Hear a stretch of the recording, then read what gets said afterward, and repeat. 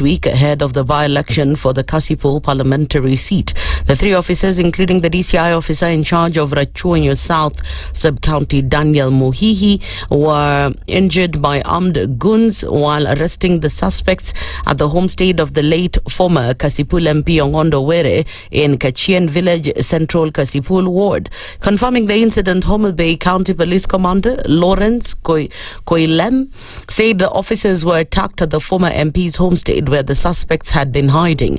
The injured officers were rushed to Rachuonyo South Sub-County Hospital for treatment. Koilem said police have launched a manhunt to rearrest the escaped suspects.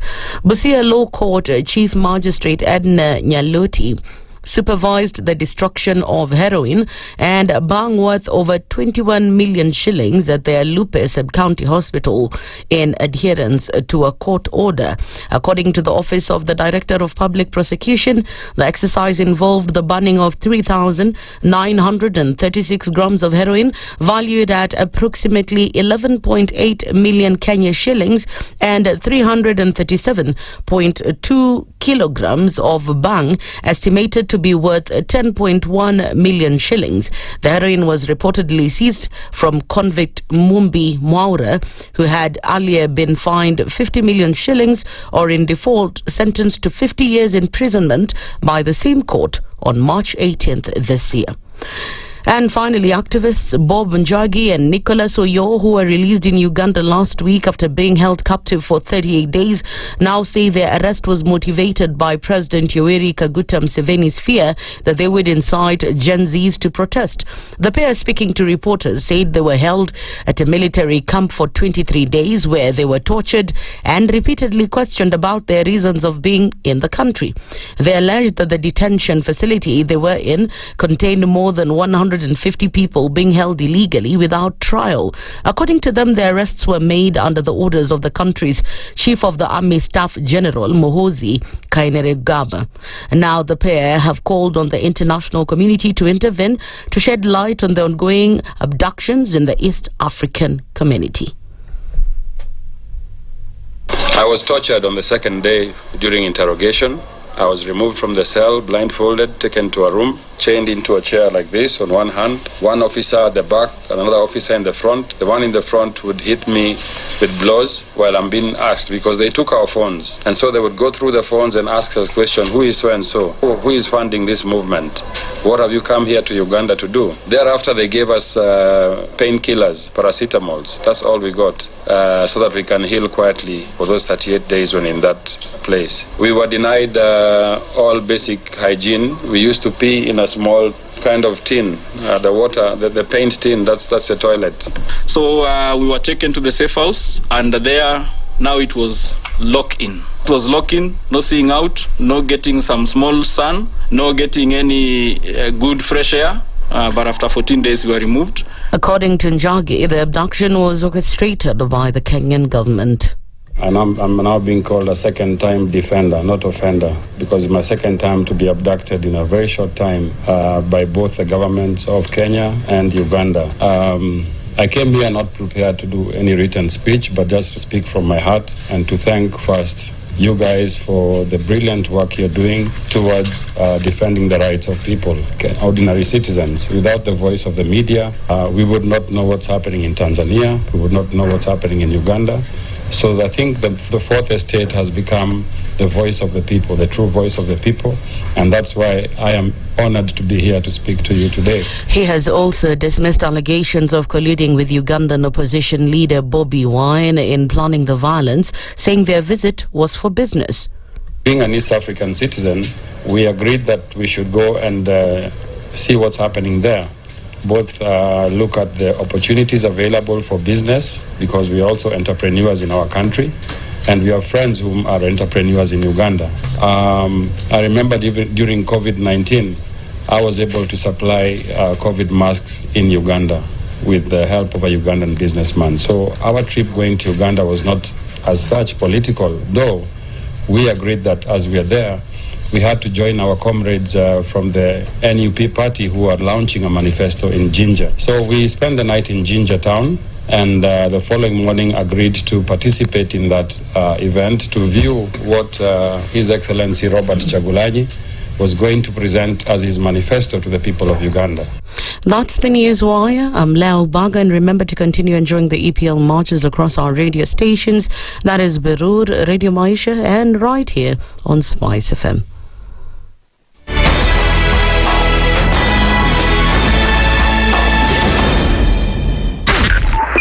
.5 Spice FM, Kisumu. The following takes place from 6 a.m. to 10 a.m. every weekday on Spice FM. If we just gloss over issues and hope that time heals, then we might find that in generations to come, we might be back at the same situation. And the whole thing is born of stolen elections. Spice. When it comes to the decisions you make, you must be independent. There's no way you can allow one institution to dictate to you how you're going to conduct your operations, how you're going to decide cases. It's a no. When you weaken the institution to the point where they cannot take action, then you realize that politicians have to come up and now start dealing with the issues. That conversation has to die. Our politicians do not like the hard stuff. We must insist on the path of doing things right, whether popular or unpopular. Money changes hands. That is a fact. If you have political goodwill at the highest top, like in Rwanda, then corruption will be an issue of the past. If you don't have political goodwill at the top, we will pass laws, we will amend laws, we will continue passing laws and re-amending laws, and nothing will happen. This is the Situation Room, the only way to start your day. One of the things that are ailing our country is negative ethnicity. You find you as a state officer, instead of thinking as a Kenyan, you think like a tribal person. Let me tell you something. The biggest problem we have had in this country is a leadership deficit. There is nothing that you are going to do in the process of change if you are not a risk taker. So you really have to pursue your vision to a logical conclusion and even be ready to step on people's toes. When it comes to the economy, you can run away with it. They say statistics are like bikinis. They reveal a lot, but they conceal the vitals. And so government people would throw statistics at you and tell you they're revealing a lot of information to you, but it's really concealing the real vitals. We need to get out of that, because when we want to grow our democracy, one basic thing that really requires to be understood by the political class, by all of us, is institutions are critical. This is the Situation Room, the only way to start your day. The following takes place from 6 a.m. to 10 a.m. every weekday on Spice FM. We look at the utterances of leaders who are aligned to broad-based, who are initially in ODM. We thought they stand for something. Now they've been exposed. Because we are a third world country, we are poor. And not because we don't have resources, but we have been robbed senseless. Look at the wasteful expenditure. Look at how large government lives. And we've said this is something that can be controlled. It happens in many other countries. Internally, we used to stand and tell him, boss, hii kitu ni mbaya. And you'd say, now he doesn't let me tell you. You saw the other parliamentary group meeting. People went there, sat, listened, looked at him. There was no plenary, left. The Situation Room, Kenya's biggest conversation. Good morning, and I love your show. Thank you. Having come from a Kikuyu radio background, I migrated to Spice because of the content. I was born in a slum, but somehow I got a break in life. So sometimes when you see the sweating coming out because of the passion and whatever it is, behind the noise, there are people. And we share the same umbilical cord. It shouldn't be like that. I am so disappointed. We used to tell Honorable Raila Amolo Odinga that he's doing politics of conmanship. And even President Uhuru Kenyatta, serikali hii ndio iko na conmanship ya hali ya juu. You cannot promise people that you reduce tax, then you double. In politics, there is the issue of trust. For you to turn around and then stab the same people who gave you that trust, there is no other level of dishonesty. Imabo, utaona dunia tu. The Situation Room, Kenya's biggest conversation. The following takes place from 6 a.m. to 10 a.m. every weekday on Spice FM. You have land, Dennis. Okay, your own land. You use your own money to build it, and then you sell it to yourself. But we don't want foreign troops on Kenyan soil. But surely it goes a little bit deeper. If you find the tree is withering, then you call the person who is managing that tree. Come around. Why? Tell me what is first of all, what's the problem? Yes, what is the problem there? How do we expect ourselves to move forward as a country? The Situation Room, Kenya's biggest conversation. In this country, 6 families and 8,000 Kenyans control 90% of the GDP. We are not a country. We are a plantation. We work for Ruto. When you're telling the judges court orders are papers or they will not obey court orders, they're sitting and you're seeking orders from them. So how are they supposed to interpret it? Isn't it an oxymoron? When you see a judiciary that seems to be under some control somewhere, you start questioning. We have very powerful governors, but they don't use their offices to serve the people. If you are not shameful to do what you are doing, why should we protect you? I'm human. Everybody's human. So when you're told, kuja tuongee, I mean, you'd be a fool to say, stagi kuongea. Conversations have to be had, you know? People in leadership should only go into leadership if they are ready and willing to change the lot of the people. The Situation Room, Kenya's biggest conversation. The following takes place from 6 a.m. to 10 a.m. every weekday on SpiceFM. He himself actually has admitted that he bribed members of parliament, so... he admitted that he bribed members of parliament? Well, when he said... The government. Yeah, when he said that he gave the 10 million was for what? We're always quick to point faults in somebody else before you look at your own faults as a person. If it was Kanu's day, hii amuka naye leo, ungekuwa umeenda mbali sana hii. So and we must celebrate you. There are 600 million people now globally estimated to be living with diabetes in the world. So it is a major health problem. It's the largest single disease rising pandemic that we're dealing with right now. The Situation Room, Kenya's biggest conversation.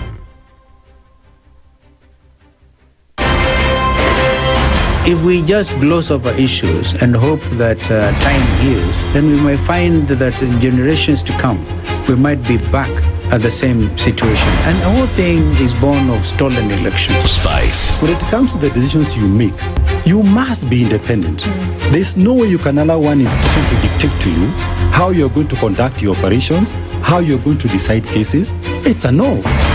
When you weaken the institution to the point where they cannot take action, then you realize that politicians have to come up and now start dealing with the issues. That conversation has to die. Our politicians do not like the hard stuff. We must insist on the path of doing things right, whether popular or unpopular. Money changes hands. That is a fact. If you have political goodwill at the highest top, like in Rwanda, then corruption will be an issue of the past. If you don't have political goodwill at the top, we will pass laws, we will amend laws, we will continue passing laws and re-amending laws, and nothing will happen. This is the Situation Room, the only way to start your day. The following takes place from 6 a.m. to 10 a.m. every weekday on SpiceFM. Presidency is fairly interesting in the sense that it will actually take us to a new consciousness. Swali zile watu waulizi na swali muuliza na shangala ni aje kwani huku kunaendaje? 30 billion shillings annually on travel alone in public service. A Kenyan can even demonstrate every single day of his life that Ruto must go. That is the only message of his demonstration. That is his right. That bribe blinds the eyes of the wise and subverts the cause of those who are in the right. This is the Situation Room, the only way to start your day.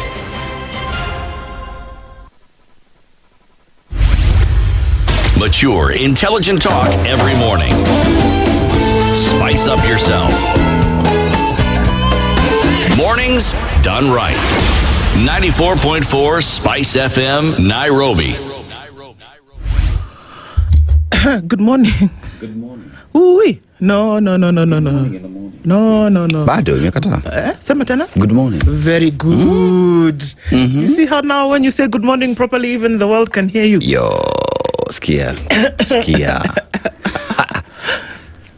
I mean the actual good morning. Okay. Good morning. Salama. Okay, why am I looking confused? Why are you looking? What is that? Everything is okay. Just trying to balance things. Pole. Vile inafaa. Mambo lakini? Freshi. Uko salama? Kabisa wewe. Mimi niko poa. Yeah, niko salama.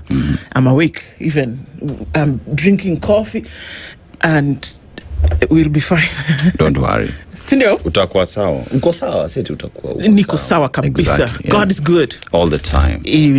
I'm telling you, very, very much so. It's the 13th of November already.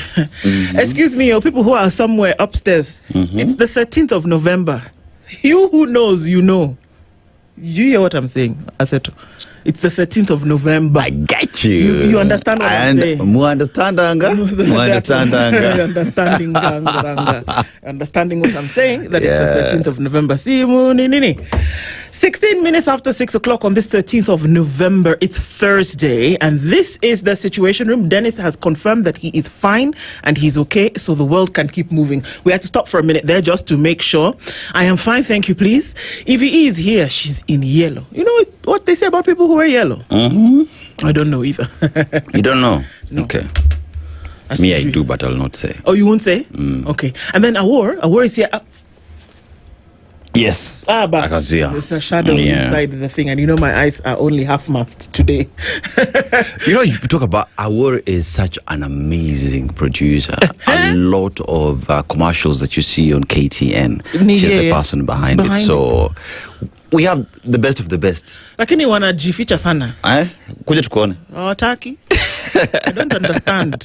You understand anger and we don't. We don't understand anger. But I'll never be able to say that word, but it's okay.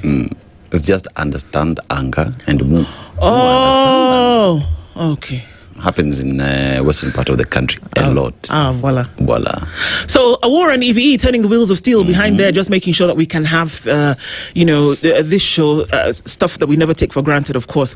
And then Christine Nyamweya. Have you heard Christine laugh? Yeah. I've just realized I really like her laugh. Would really make it in a horror movie. Wow, I don't know if that's a good...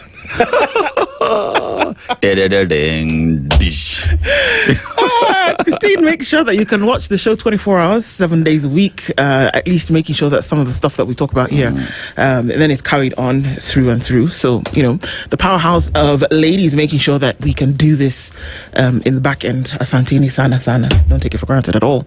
And this Thursday, we're getting into things this morning. Okoh and Dennis Aseto with you today in the Situation Room. It's Kenya's biggest conversation.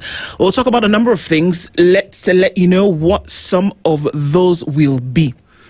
The former registrar of political parties, her name is Njeri. She is now the... let me make sure that I don't say it wrong. She's now a commissioner at the IEBC. Okay, so if you want to say that those are muddied waters, that's okay. But she's going to be here today, and we're going to be talking about the numbers game. I think the latest official numbers that we saw was 90,000 of folks who've been registered, and that's a paltry sum, and it pales in comparison to the 6.2 million that they're trying to attract into this system. We're looking at about a year plus to then be able to do this. I don't know when voter registration closes. I think constitutionally it's 6 months to the next election that's supposed to close, or something like that. 90 days too. I'll confirm that so that it's not misquoted. But it's a bit worrisome that we're looking at such low numbers. Is there voter apathy? What's wrong? Is this the way it's supposed to be? Should we not be worried, or is there not enough information getting to people? We'll find out all of this and more when Dr. Njeri joins us at 7 a.m. The Member of Parliament for Saboti constituency is Caleb Amisi. Politics of 2027. Does Kenya need a renaissance? We're going to have that conversation with him at 8 o'clock. So a number of things. He's been vehement in his position as to what the party should do, ODM in this case, and how politics will shift with the exit of the Right Honourable Raila Odinga, but then is also very clear about what a government ought to look like. We'll look into some of those insights and how it dances around in this drama of politics in the country. It is Justice Thursday, and the Honourable Bernard Ochoy is the Chief Magistrate at the Milimani Children's Court, and Levis Kagiri is a Programs Manager with Pendekezo Letu. We'll be talking about prosecuting juveniles, reform or retribution, that the justice system provides the platform through which child offenders, and I don't mean offenders of children, I mean children who are offenders, are in the system. Where are they held? We know what they used to be called before. What are they now? How do they pass through the system? What actually happens? It's sad to say, but the truth is that there are children who are criminals, who do some, awful things, and how do they pass through the system? Sure. And then how do we make sure that children also are protected even at that age? All right, so that's what we'll be talking about today as we get into it. So that's what our conversations look like today. Our live streams are up on YouTube, Facebook, and on X. Thank you for being here this morning. As we get into the show today, our audience on KTN is also here. And those who are on their way to work, on their way going about business and have turned that dial up, it's 94.4 in Nairobi and different frequencies around the country. Thank you for tuning into the Situation Room this Thursday. Let's get into it. Discourse, it's important, and let us be part of it today. Voila. Wow. The folks of Sierra Leone, made up of ex-slaves from the UK. Yes. Interestingly, the folks of Liberia are made up of ex-slaves from the US. Yes, yeah, Liberia. Yep. All right. How many times have I said all right today? I think all right. Now we are you can keep saying it's Thanks. okay. Shall we? Okay. So we are in a country that is rich, right? So it is ex-slaves from the UK. But what exactly makes up this country, right? So they are rich in gold. Diamond. And when you talk about diamond, there is the blood diamonds of Sierra Leone and what that did to the country. Although now later the reforms in the sector has changed that sector completely, that today people of Sierra Leone are seeing fruits of the resources that they do have. Apart from that, they have titanium. When you talk about titanium, what exactly is it? As we speak today from phones, this phone that goes with numbers from 16, 17, so they use titanium, right, on the side. It's just a few grams of titanium, but that alone makes that phone be very, very expensive because of how titanium is strong. If you're also a car lover, titanium exhaust sounds really, really good. Just so you know. I got. And when titanium burns, it turns purple blue. I heard that. Beautiful to see. But let's go to the proverb. If you close your eyes to facts, you will learn through accidents. If you close your eyes to facts, you will learn through accidents. Wow. The reality of a situation or the reality of the day it's in plain sight. So you can decide to accept it and do with it what you can, or you can close your eyes or ignore it, and you will learn the hard way. Either way, it'll come to you. You will learn the hard way. You can accept it and do what you can with it, or you will learn the hard way. So choose now, I guess. And you see, I think at this specific moment, I think this is what a lot of citizens, especially in the continent, are speaking right now. If you look at Madagascar, the citizens have been speaking. The leadership closed their eyes. What happened? You look at Tanzania, the citizens have been speaking. What do? Decide to push. Finally, you learn it the hard way. Kenya, citizens spoke. Finance Bill 2024, we don't want it. Close your eyes. How do you learn it? Through accidents. And it's a story that keeps changing and turning and repeating itself. One would hope we'd all learn. One would hope. Kabisa? I mean, true. One would hope that we would open our eyes and see the realities of these things. Yeah. Wow. Okay. Sierra Leoneans, they are deep. I think being an ex-slave, clearly you learn. Because at the time, they were being ferried outside. So they learned through difficult times. When they come back and open their eyes to that reality. Yeah. True that. Okay, so let's say hi to people this morning as you tune into the room. Thank you so much. No. She has run away. Can you imagine? All you have to do is ask and you shall receive. Yeah. You guys, bless you. Thank you so much. Bless you. Don Zava, Ndwana Aseto, yes. Is Shah working? No.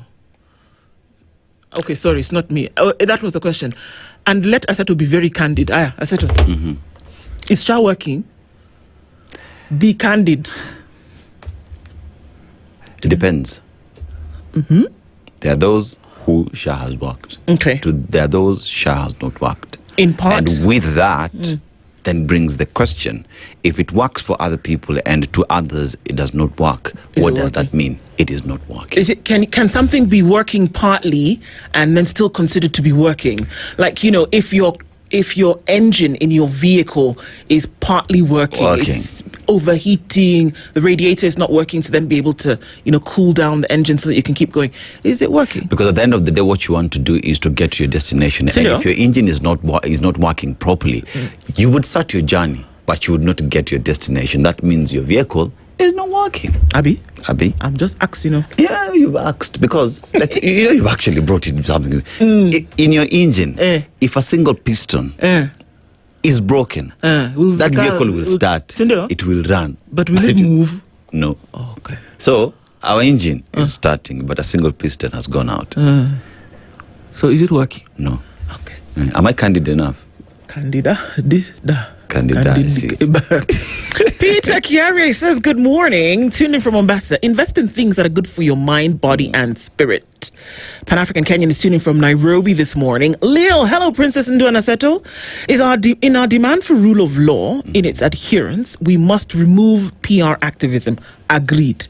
Activism for activism's sake and media attention-seeking activism. Khaled and Co. were out of line. Nini nilifanyika? What did they do? Who? Out of line where? Leo, explain just a little bit so we can get you, my darling. Jimmy Gakio says, good morning, Team Spice. Wait, did I say good morning to those who are on KTN? Our audience on KTN. Good morning, everybody, as we're getting into this morning and tuning around the country. Karibuni Sana. Georgia Demo is tuned in, listening from Rongo. Robert Mbogo tuning from Mombasa. Kisa Daniel is tuned in as well. Good morning, Team Spice. He says, David Mangera says, good morning, the Situation Room. Kabisa. Rose Grace, good morning, tuned in from Manera. Good morning, Team Spice. Good morning, Rose. Manera is where? I know that you were in Mohoroni, Tamu. Where's Manera? Sounds like, okay, I want to know where Manera is. Isa Kale says, good morning, the ever spicy Spice FM team, Kenya's unofficial ministry of vibes and unfiltered truth. I love it. What spice are we seasoning this day with? A little bit of justice, a little bit of politics, and we'll look into a little bit of voter education. How's that for spicing it up this morning? John Gishuki says, good morning, and everybody. Spice crew, Spice community, good morning to you. Mashari and Jerry is tuning from Portland, Oregon, and says, good morning. Nyakundi Emmanuel says, good morning, Team Spice. Be blessed this Thursday. You too, brother. Eric Orr says, good morning. Good morning to you. Tuning from Tudor, Mombasa is where Dr. Venvik is. David Mangera says it's my birthday. Well, how about that, David? Happy birthday to ya. Happy birthday. Happy birthday. Happy birthday, David. May you have many, many more. And may the lines fall for you in pleasant, sweet, and agreeable places.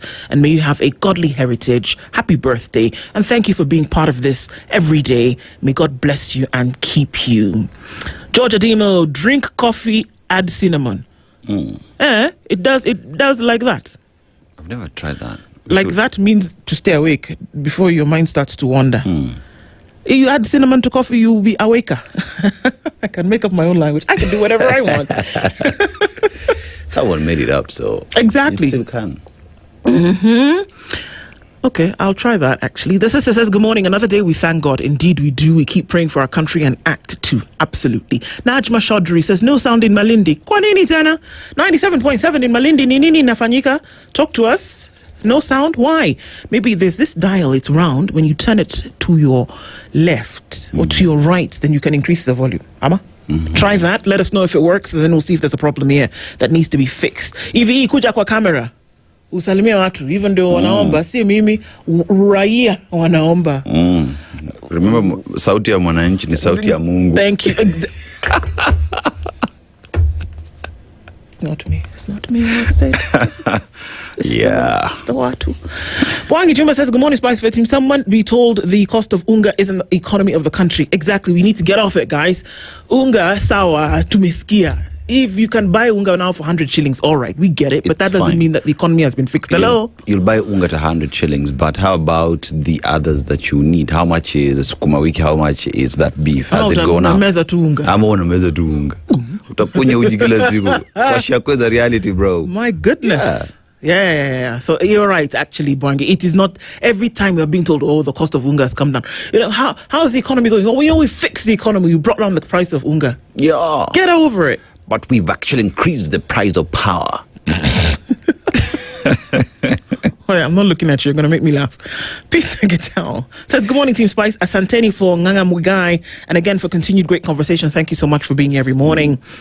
Pan-African Kenyan says, start singing Ding Dong merrily on high. The year is already over. Gloria.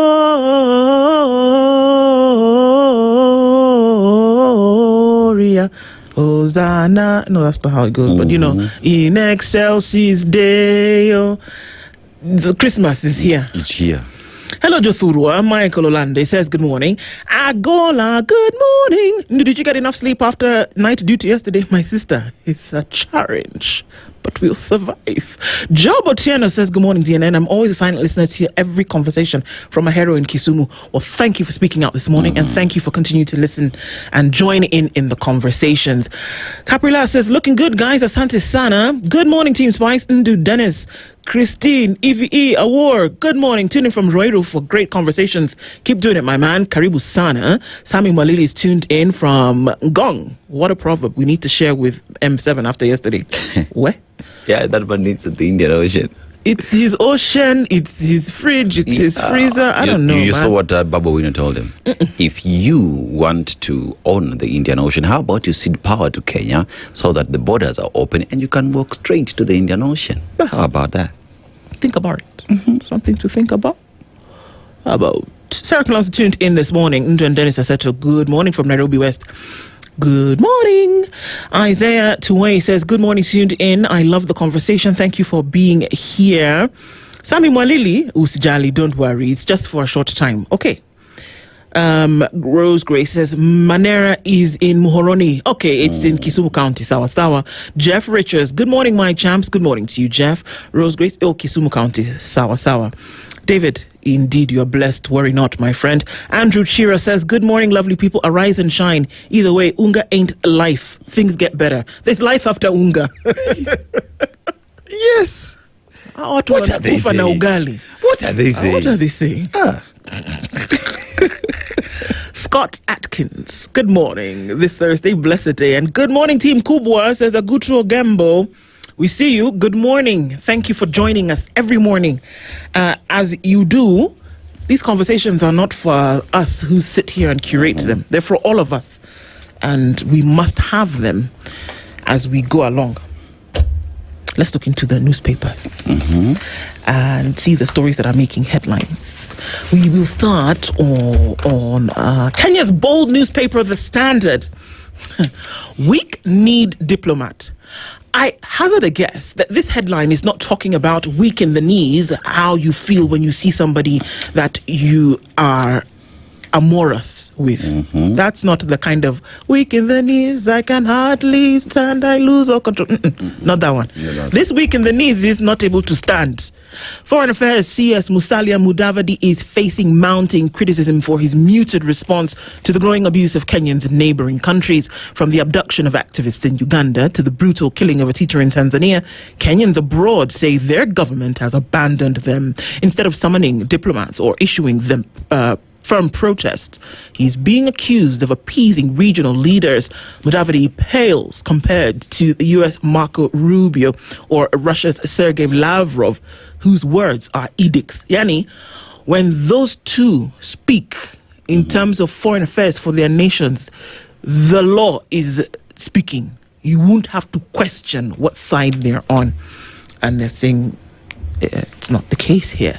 Let's look at some of the quotes that have been shared here. Martin Andati is a political analyst, and he says, Mudavadi is a status quo person. He would not like to rattle Uganda and Tanzania because they are our trading partners, yet the lives and property of Kenyans must take precedence over any other interests. Mashari Munene, history professor, says each country then has an obligation to ensure its citizens are free from harm. Failure to do that implies the country does not know what its interests that need protecting and advancing are.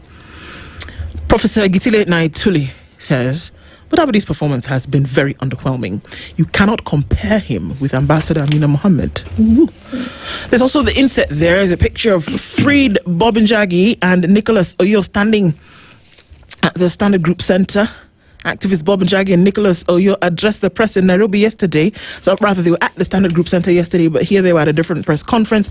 They claimed their abduction was carried out by a militia group in Kampala on instructions from military officers. Yes, and so you had the opportunity to talk with them, Dennis, and of course we carried that last night.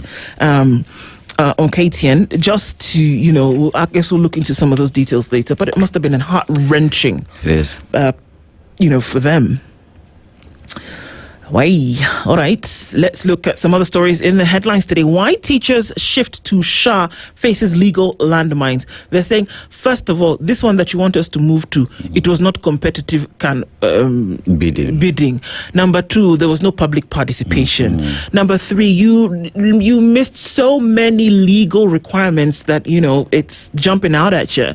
And so they're saying it's like you coerced us to move, and perhaps we're not so happy with that. We'll look into that. A woman sues Mary Stopes and claims that rights violated during an abortion. Okay, this is going to be a very sticky one already, but we're going to look into it anyway because many questions are going to be asked of both sides. Yeah. Jackie and Oyo recount 38 days of torture in a Ugandan military camp. Does this appear that there would be the proverbial egg on the face of Uganda as a nation? Uganda in terms of its foreign affairs and its policy, and then of the military, because you do remember that they went to court. The High Court of Uganda pronounced itself and said, nobody here, number one. Number two, we are declining an order to compel any. At first they said bring them here dead or alive. Came back and said we are declining to compel because they are not here. The military, not just police, the military and the police denied severally that these two gentlemen, we don't have them. They're not in our jurisdiction. Yeah, Bona. So were you lying? Clearly. And is that okay? Commander-in-Chief of the Defense Forces confirmed. Kainu Rugaba said that the president, the Kainu Rugaba's father, Museveni said, we have them. Official, what are they? Professional demonstrator. Yeah. What are we doing? Sakaja orders health facilities to switch banks and spark concerns. We did see the senator of Nairobi raise a question yesterday and said, excuse me, we've been banking with one bank. All this time, there's never been a problem. Suddenly, you have a meeting and then you change banks. We've been banking at a tier 1 bank for the last I don't know how long. Then you suddenly come and make a resolution, and now we are banking with a tier 3 bank. Edwin Sifuna, not known to mince his words, showed up again and he said, you know what? This is telling us one thing, and the one thing that it is telling us is that somebody is trying to steal and hide money. Because why leave a tier 1 bank, go to a tier 3 bank? So concerns are being sparked all over the place. Why? Mudavadi clueless on diplomacy as many Kenyans suffer abroad. Is he really clueless on diplomacy? Mobile phones remain biggest headache in exams integrity. So who's bringing the phone into the exam hall? Come on, guys. Eyes on Senate after MPs approve proposed tough law on surrogacy. This was Millie Odhiambo's bill, saying that, let's allow surrogacy to be a form of allowing then adults to be parents through another form. Kindiki meets MPs amid by-election unity push, so they're also in Ukambani from yesterday, and everybody's, saying about the wonderful things that will happen to Ukambani in a very short period of time. 383 billion shilling gold exploration project in limbo. The locals have said, wait. Gold? Where? Here. Ngoja kwanza. Hold your horses. Hold. We need to be involved in this story. So, Atutaki, wait a minute. One would have thought that they had been consulted, the communities around the area, beforehand. But then again, I am not surprised that they weren't. Yeah, I mean, consultation is something that is just a suggestion. Remember, teachers are also up in arms, right? Because they've not been consulted about their health insurance fund. So, are you shocked? No, please. Daily Nation. Our torture ordeal. It's a story of Bob Njeri and Nicholas Oyo. Tribulations. What began as a brief cross-border visit for Kenyan activist Bob Njeri and Nicholas Oyo turned into a brutal test of endurance that neither of them will ever forget. Now, for 38 days, they were blindfolded, chained to chairs, and beaten in dark and cold dungeons. Their mistake, traveling to Uganda to attend the manifesto launch of the country's opposition leader, Bobi Wine. Picture there of President Yoweri Museveni, and they have been with us. I have their names. They were working with the Changula News Group. They are experts in chaos. Bas, that's it. Okay. There as well, why Kanja wants order halting police hiring lifted. So there's another court order that was issued, right? That stopped police recruitment again. Oh, yeah. Yeah, so Kanja wants that to be lifted so that the process can continue. Now, bodies of 2 Kenyans killed in Tanzania still unaccounted for. The bodies of 2 Kenyans who were killed amid the post-election violence in Tanzania are yet to be found. The 2 were shot dead, and there are allegations that the authorities may have disposed of the bodies at undisclosed locations. One of the victims was a teacher. Okay. Again, where do we go back to? Foreign Affairs docket. What is it doing to not just repatriate the bodies back, but to take care of Kenyans who are living outside our borders? Dennis, to even have a position. Yeah. To have a firm position upon which you stand. If you don't do anything else, yani if you don't have bilateral, multilateral, tripartite meetings, if you don't meet anybody, if you don't get on a plane and go anywhere to have a conversation, at least have a firm stand that this is what the nation's stand is on this as we deal externally. What's the stand? None. Come on. It's done. Sijaona anywhere. Grade 10 textbooks on hold over 4 billion shillings debt owed to printers. So grade 10. When are they again going back to class? January 6th. January 6th. Yes. And the printers are saying itabidi mmengoja kidogo because there is 10 billion or 4 billion shillings in debt. So question is, what are we doing? Because remember, even just releasing capitation for these children while they were grade 9ers to go to school and study was a problem. Now we're talking about paying suppliers 4 billion, Bob. Ilikuwa kwa budget.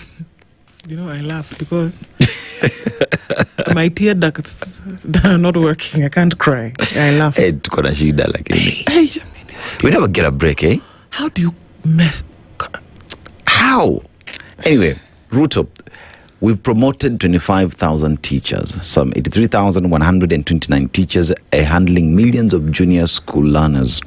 Question is, they will handle the junior school learners who are some now are senior school learners, but I don't know what they will be taught because textbooks are ziko. So even as you do promotions, thank you very much. But how about you ensure that they also learn and textbooks are there? President Ukambani Development Blitz, you know. President promises projects, title deeds, and a new university to woo the region. One would assume that these are just rights that the people of Ukambani ought to have anyway. You don't need to go there. But let's dangle that as a carrot so we get votes. Can I ask you a question? Ask, please.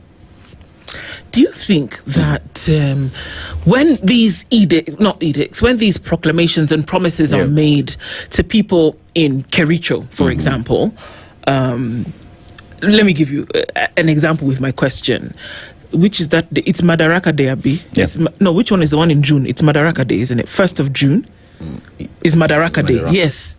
It was held in Bungoma last year, but one. Oh, yeah. 2 years ago. And then a year ago, it was held in... 3 years ago, it was held in Bungoma. Then it was held in Kericho. And then this year, it was held in Kwale, or where, I can't remember. But in Bungoma, they were promised a stadium I was in that stadium. You were there that Madaraka Day? I was there. Am I lying? Or they said it's the truth. Tutamaliza na sijui nini itafanyika. Okay. The next year in 2024 or in 2025, 23, 2024, it was Kericho, Eric Mutai. They were told, here where we are, this Kericho Stadium, it will be finished in a year. We'll start hosting international matches. Sasa now, people in Ukambani, the 3-day tour has just begun. They've been told, University tutajenga.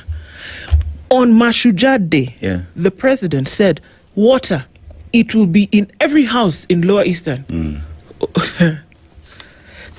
Now, my question, the people who are told these things, don't you think they have seen the ones that you promised other people that have not happened? And now when you're telling them that even them, they'll be done for. Do you really think that when these promises are being made, the people who are being promised to actually believe the things that you're telling them? Or are they just paying you lip service for that day? Do you think people believe these things? Or they just clap and cheer in the crowd to appease the promiser? You know, there's a meme that goes around that says, "Watu si wajinga bana." So people will sit there, they will listen to you, they will hear what you're saying, but don't imagine they will believe a single thing you're saying. Because look at it this way, Ndu. When you go to Kambani and say every household will have running water, it's something that they ought to have anywhere. You don't need to come and assure us that we need it. You talk about that stadium. You ought to build it anyway. It was one of your promises during the campaign period. The university that you're talking about, why haven't you ever thought about building it? So that when you're coming, you're saying, munaona hata tumeanza kutengeneza university, si imefika halfway through, so muone imebaki mabati. You know, it is not a question of promising us. These are things that you as a leader owe us. It is not a favor. It is not a favor. I am the eternal optimist. The ground can be dry, and I'll tell you now, Dennis, this one, a shoot will come out of this ground and it will grow into a stalk. I am the eternal optimist. Lakini this one, mi nakwambia tu sahi. University built by government Ukamba, it is not going to happen. It has not happened all these years, not happened now. On Mashujaa Day, people were essentially told through the corners that, you know, you guys have had leaders coming from this place and they've never done anything. Wacha sisi tuwafanyie kazi. Ukambani will rise again. That's right. I mean, were we there to campaign during 2020, before 2022 elections? We were there. Yeah, I mean, we campaigned in the same region. So what are you coming back to tell us again? That you forgot you were here the last time you were here and you gave us these promises? I'm sorry, but... Okay, maybe they'll do it. Okay. Let's be optimists. So. Yeah. But, again, it's not a favor. It's not. It's your job. It's not a favor. It's your job. It's not a favor. So when someone tells me umetengeneza barabara, that's why I put you there to make sure this road is here. I want me to clap for you. No. If you're telling me you're taking me to the Mars, sawa, or you're deploying Kenyan satellites so that we have free internet, you know, that's a different story. But barabara hapa penye napita kila siku, and you told me, bwana fanya kazi yako. Tuangalie story nyingine na mimi nitajam. Headache for Gachagua as Ruhuru roars in Mount Kenya is what's on the front page of The Star. Jubilee attracting aspirants eager to run on its ticket, and they're saying, you know, you need a ticket to run. Come, open the doors. Come one, come all. You want to run, and Jubilee will take you. So now it's like Gachagua's thinking, snap. These guys are accepting folks. What are we going to do about it? Details of that. Miracle as a man bedridden for 20 years walks again. Do you know what it's like to be in bed for 20 hours? Hours. 20 hours. As in just in your bed, you can't move. 20 years has not been able to use his legs, and then he's walking. It's a miracle. Yeah. And you know what? This happened at the Kenyatta National Hospital. And this is my cry. Some of the best hands, doctors are in this referral hospital. Kenyatta National Hospital. But do they have everything that they need to make sure that the world-class surgeries are taking place in as many... This is the second in as many months that we've seen. The first that we saw with Dr. Branis is when there was the first complete reconstruction. I'll get the details of that. But then we've seen this now, that was in October. We're seeing this in this month, that surgeons were able to do great a medical intervention on this man, and he's walking again after 20 years. In Kenya, do you have to leave the country to get medical care? No. You don't. But if you're not strengthening the structures, there we have a problem. It's the same country where I remember years back when we had that successful surgery of the conjoined twins. Yes. First of its kind. And at that point, you look at what our medics can do, but then look at how we treat them, the respect we accord them. And one would say, iko shida. If we just fix that problem in the health sector, tuko sawa. You don't have to go anywhere. You are running up and down, pillar to post to go and look for it. Come and do it here. It's possible. Fix the thing so it can work here. President Ruto, during the inspection of the Wote affordable housing project, so that one we can see there's a building in progress, and he's also walking atop a road, it would appear, that looks good. He's flagging off an excavator, and that was to launch the construction of a 20-kilometer Imali Matiliku road, and commissioned also the Kasikio and Mikuyu bridges. I just want to ask is whether the Enzu Bridge has been finished, the one that killed people.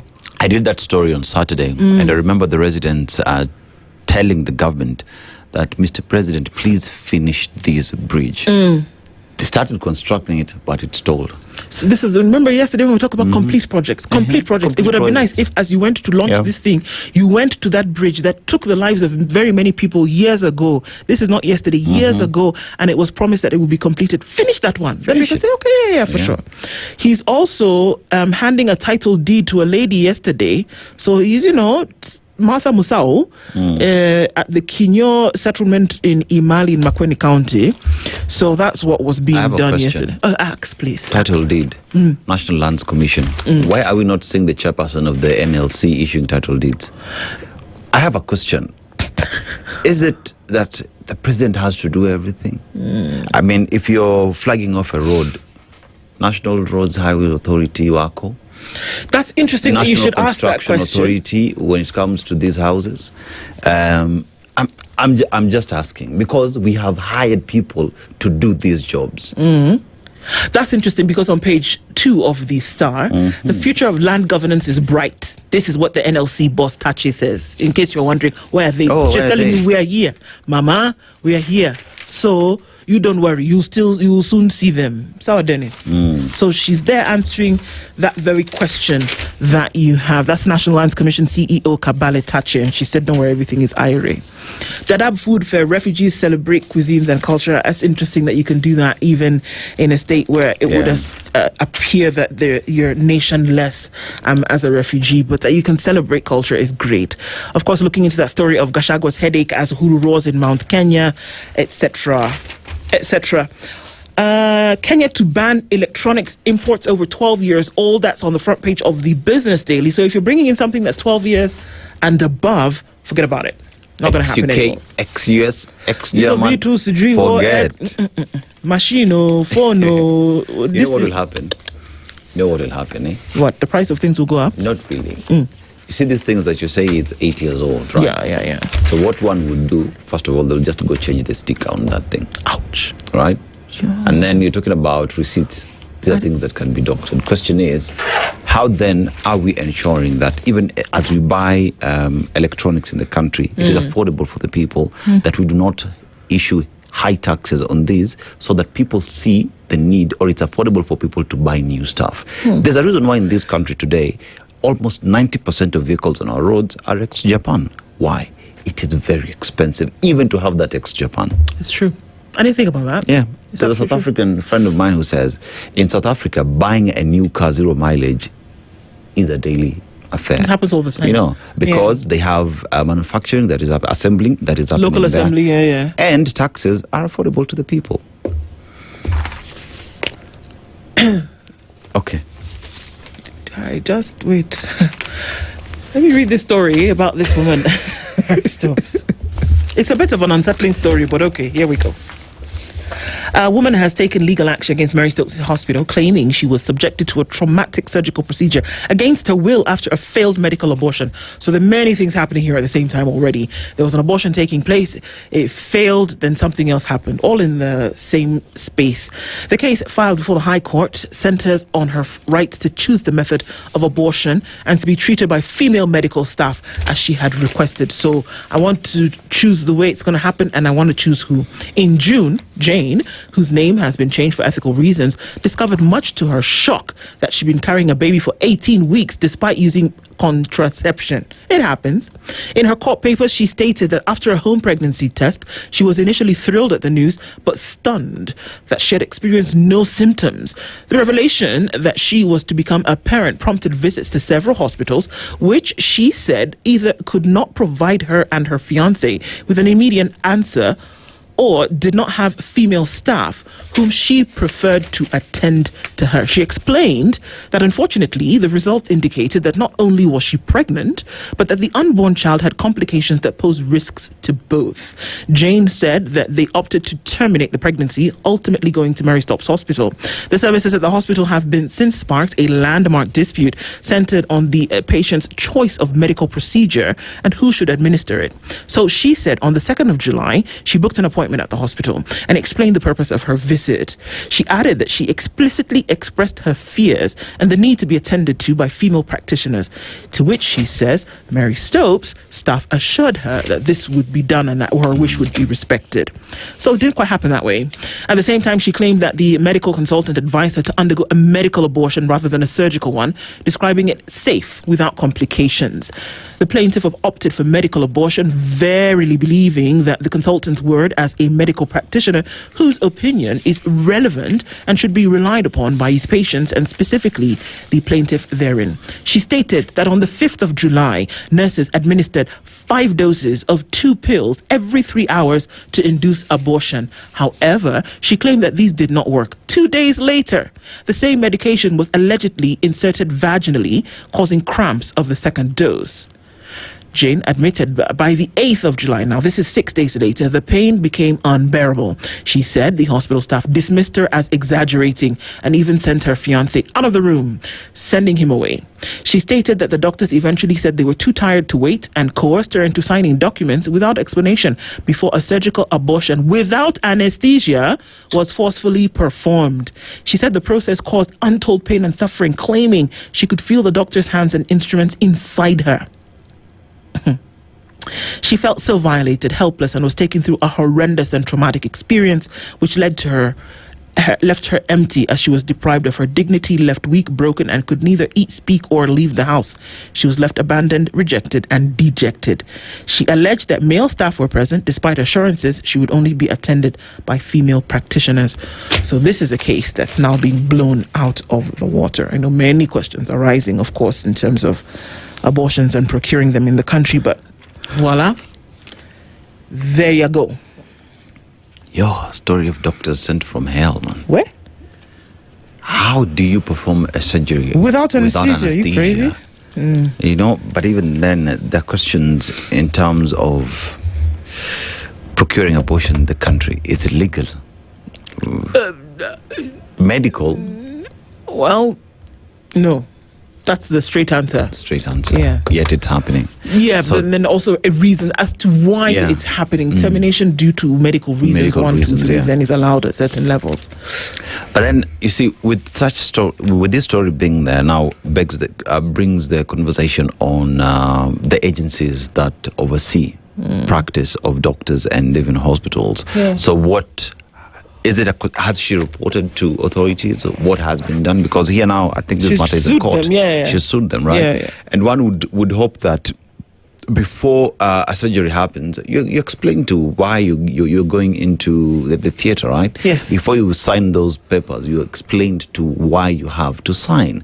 But that they kicked out that gentleman without giving an explanation just goes to show the sinister motive here, you know. But yeah, a lot needs to be done. It's a tough one, that one. Yeah. So there is this question here. Mudavadi is clueless on diplomacy as many Kenyans suffer abroad. The recent mistreatment of Kenyans in Uganda and Tanzania has exposed Foreign Affairs and Diaspora Affairs Cabinet Secretary Musalia Mudavadi as perhaps one of the weakest handlers of the crucial docket ever. Since the Kenya Kwanza regime took the reins, Kenyans have undergone wanton abuse in neighboring countries without much protest from Nairobi or repercussions. Historian Professor Macharia Munene thinks Mudavadi has done poorly because each member of the United Nations is expected to adhere to particular principles which include looking after and protecting the welfare of its citizens within and outside that country. It arises from the reality that not all members practice the art of being peace-loving, that frictions in certain countries translate to unpeace that is transnationalized to other countries. Now, each country then has obligation to ensure its citizens are free from harm. Failure to do that implies the country does not know what its interests that need protecting and advancing are, says Munene. Political pundits and foreign affairs experts rate Mudavadi slightly better than his predecessor Alfred Mutua, both appointees of President William Ruto after he succeeded Uhuru Kenyatta in 2022. Now, a career diplomat who served for 2 terms in Uhuru's presidency, Amina Mohamed, cultivated good working relations between Kenya and the international community through her contacts, connections, and influence at the United Nations and the African Union. During her tenure, Amina ensured President Uhuru Kenyatta had a good rapport with key leaders across the world, and many of them flocked into the country. How would you rate? You are a student of international relations and diplomacy. Please rate him. You can't rate something that has no stand. That's always, if we saw what the stand was and we saw this practiced and spoken about on a regular basis, then we would then be able to rate it. I can't rate it. Unfortunately, I can't. There's no stand. As a career diplomat, I want career diplomat because you're one of them. So there's a question where if you just look at, leave alone even the United Nations Charter that Kenya is party to, you look at the constitution that has put that office there, a constitution bequeathed by the people of Kenya, whether inside or outside. What does that say, especially when you read political undertones on matters diplomacy? What does that say of the person holding that office? It reeks of incompetence. That's all it does. We can do better. And I don't think, you had people like Ambassador Macharia. You had, again, Amina Mohamed. And it's very clear, the difference. And for that's all I'm going to say at this point. It's 7:02 already, imagine. Oh, wow. Anderito, Dr. Anderito will be in the hot seat after the news. Good morning. It is now 7 a.m. with ICEA Lion. Protect your today, securing your tomorrow. The latest news from around the world. 94.4 Spice FM.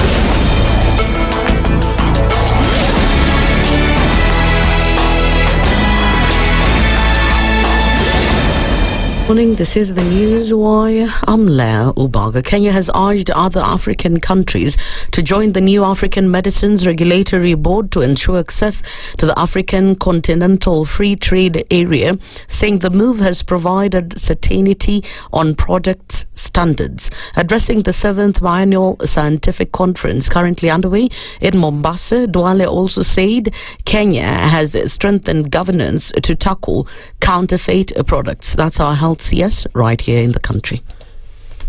We are now implementing a very comprehensive universal health coverage. 27.5 million Kenyans at the top of their phones register with the Social Health Authority in the last 1 year. That's half of our population. So universal health coverage is a reality and a fact. If half of our population are registered, we have made sure that we have to get rid of quack doctors, pharmacists and dentists and consultants. And what do? We integrated the whole of our healthcare workforce, whether the clinicians, medical doctors, pharmacists, dentists, into the digital superhighway. The chairperson of the National Medicines and Poisons Control Board, Dr. John Mungai, noted that the AMA represented Africa's shared vision of self-reliance, resilience, and the ability to protect the health of its people.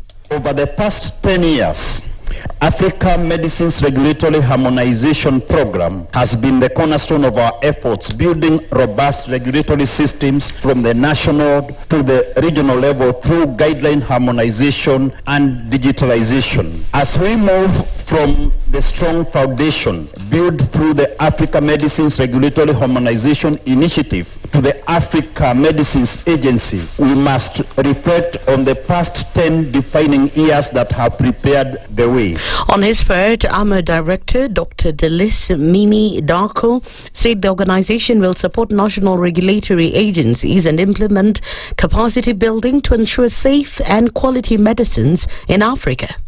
In the months ahead, AMA will operationalize digital systems linking national and regional databases for transparency and traceability. We will establish a smart continental safety platform to monitor product safety in real time. To the people of Africa, we assure you that every medicine reaching you will be safe, will be efficacious, and will be of the right quality. It will be regulated by Africa for Africa. To the regs, we will recognize and support the regional building blocks of the continental regulatory system.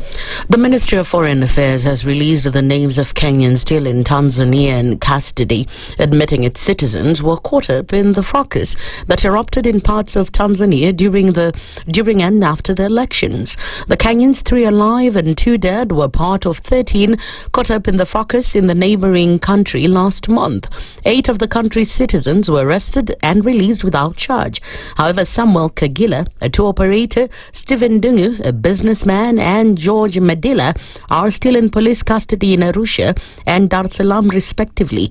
2 other Kenyans, John Ogutu and Albert Kamala, a Kenyan of dual citizenship with Tanzania, were killed in the nation. A Kenyan by the name John Ogutu was shot dead on 29th October at around 7 p.m. in Goba Center, Ubungo District in Dar es Salaam. He was a teacher at Sky Schools High, Rabson. His body has not been traced to date.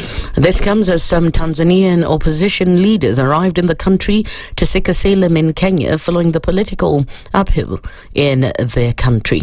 That's the news wire. I'm Leo Bag, and remember to continue enjoying the EPL marches across our radio stations, Berur, Radio Maisha, and right here on SpiceFM.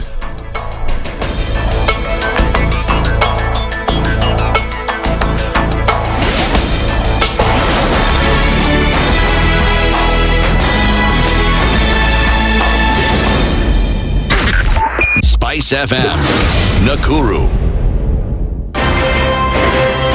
If we just gloss over issues and hope that time heals, then we might find that in generations to come, we might be back at the same situation. And the whole thing is born of stolen elections. Spice. When it comes to the decisions you make, you must be independent.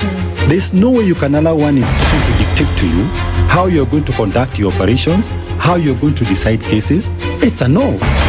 When you weaken the institution to the point where they cannot take action, then you realize that politicians have to come up and now start dealing with the issues. That conversation has to die. Our politicians do not like the hard stuff. We must insist on the path of doing things right, whether popular or unpopular. Money changes hands. That is a fact. If you have political goodwill at the highest top, like in Rwanda, then corruption will be an issue of the past. If you don't have political goodwill at the top, we will pass laws, we will amend laws, we will continue passing laws and re-amending laws, and nothing will happen. This is the Situation Room, the only way to start your day. In this country, 6 families and 8,000 Kenyans control 90% of the GDP. We are not a country, we are a plantation. We work for Ruto. When you're telling the judges court orders are papers or they will not obey court orders, they're sitting and you're seeking orders from them. So how are they supposed to interpret it? Isn't it an oxymoron? When you see a judiciary that seems to be under some control somewhere, you start questioning. We have very powerful governors, but they don't use their offices to serve the people. If you are not shameful to do what you are doing, why should we protect you? I'm human. Everybody's human. So when you're told, kuja tuongee, I mean, you'd be a fool to say, stagi kuongea. Conversations have to be had, you know? People in leadership should only go into leadership if they are ready and willing to change the lot of the people. The Situation Room, Kenya's biggest conversation. Good morning, and I love your show. Thank you. Having come from a Kikuyu radio background, I migrated to Spice because of the content. I was born in a slum, but somehow I got a break in life. So sometimes when you see the sweating coming out because of the passion and whatever it is, behind the noise, there are people. And we share the same umbilical cord. It shouldn't be like that. I am so disappointed. We used to tell Honorable Raila Amolo Odinga that he's doing politics of conmanship. And even President Uhuru Kenyatta, serikali hii ndio iko na conmanship ya hali ya juu. You cannot promise people that you reduce tax, then you double. In politics, there is the issue of trust. For you to turn around and then stab the same people who gave you that trust, there is no other level of dishonesty. Imabo, utaona dunia tu. The Situation Room, Kenya's biggest conversation. Mature, intelligent talk every morning. Spice up yourself.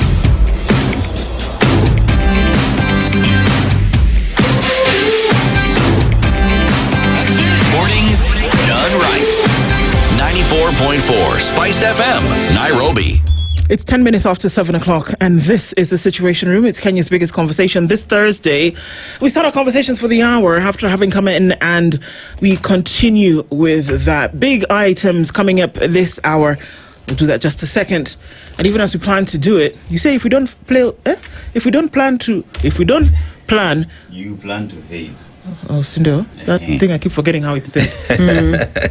But you know, in the Situation Room, we talk about the future a lot, you know. When you talk about the future, it's about the plans you have today for you to be able to secure your future. So with this comes, what are your goals? Are the choices you make today? Do you want to get into insurance? Do you want to get into savings? And all this, you need a partner that will hold your hand. So enter ICEA Lion. And ICEA Lion is pretty much just asking you, what is your plan? So you want to pay your bills, you have dreams, you have responsibility, and somewhere something creeps up. And here you go. You don't have to wait for the wake-up call. Insurance, investments, and peace of mind should be a daily encounter with you and coming up with a plan. ICEA Lion, what's your plan? It is high time that you sat down and came up with a plan together with a partner that will make it a reality. ICEA Lion, what's your plan? What is your plan? All right. It's nice because we talk about what your plan is.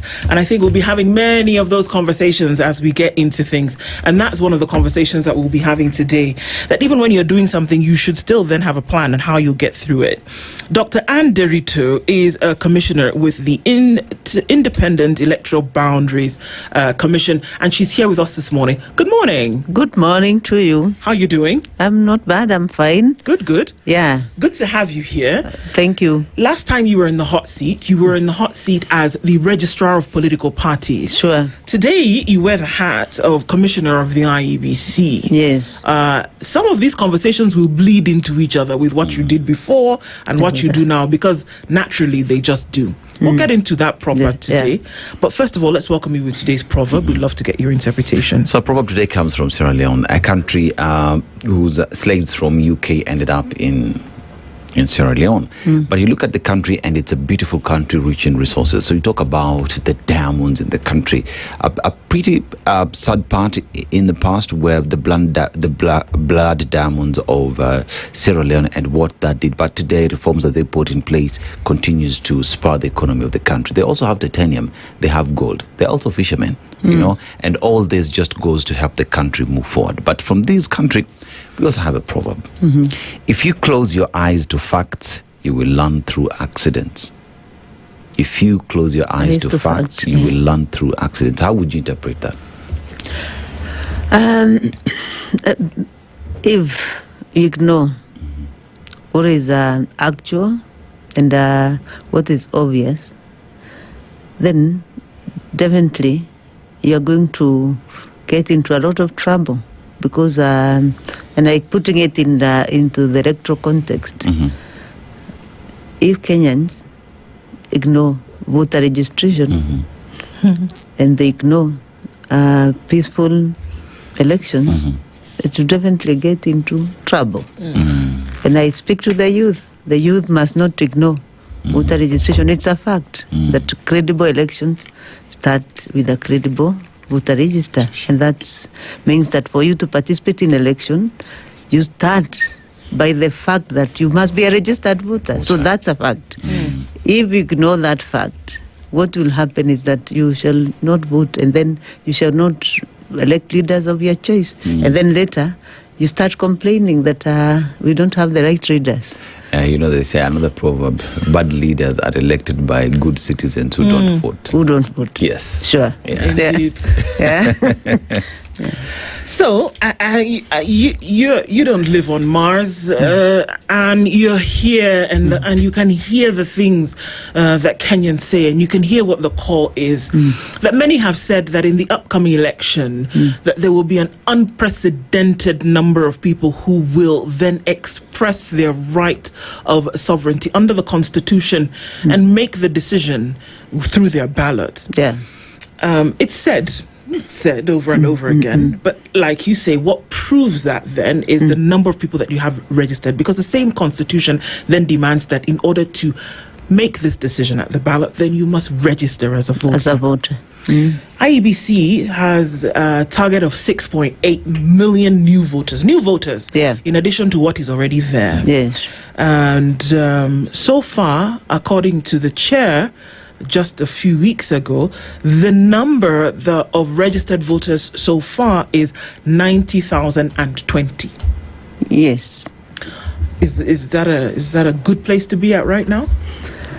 It's not a good place to be, especially looking at the target. Of course, maybe since then we have increased maybe 20,000 or so to be around 110. But that is not a good place to be, especially looking at the target of 6.38.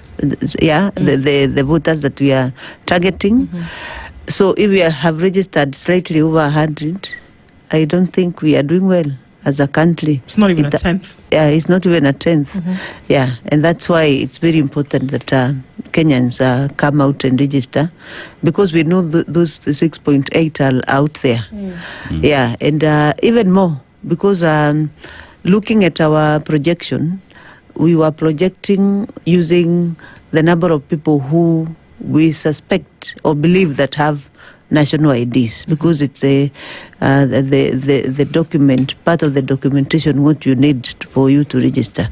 Of course, you can also register with your passport, but looking at the baseline, majority of Kenyans use national IDs. So we are looking at how many Kenyans are projected to have national IDs, but eligibility, how many for eligibility purposes. But people who really are of the age of majority and probably who are in the process of acquiring the national ID are more than the 6.8 we are mentioning. Yeah, so generally speaking, there could be more Kenyans out there. So when we say that we have registered 100,000 plus, it means we are really on the very lower side of what we aim to achieve. As a commission, where you sit, so there is clearly a fact that Kenyans are not showing up to register. We spoke to some who say how it has been planned where registration is also difficult, because many say access to IEBC registration points is a problem. Is that a concern for the commission? It is a concern, and probably to put it in perspective, we have been telling Kenyans this is what we call continuous voter registration, which is open throughout the period, except where there are by-elections. For example, now we have by-elections areas. That is when the register is closed for those particular time, or during the general election, or when the legal timelines have been set up. For example, continuous voter registration happened all the way up to 6 months before the general election. That one happened at our offices, at 290 constituency offices. But then, with availability of funds, this is what we call enhanced continuous voter registration, which Kenyans generally call it mass voter registration. Those are periodic registration periods that are we really take the registration services closer to the people by deploying more registration staff, by deploying more registration gadgets, all the way to the ward level and polling station level. And in the meantime, we are doing continuous voter registration that is in the office level in the 290 constituency. So, but in a short while, and especially after we finish with the by-elections, we shall be rolling out a mass voter registration, maybe for a month or two, where we now go to the people in the polling station level. We meet you in your market, we meet you in the institutions of learning, we meet you everywhere.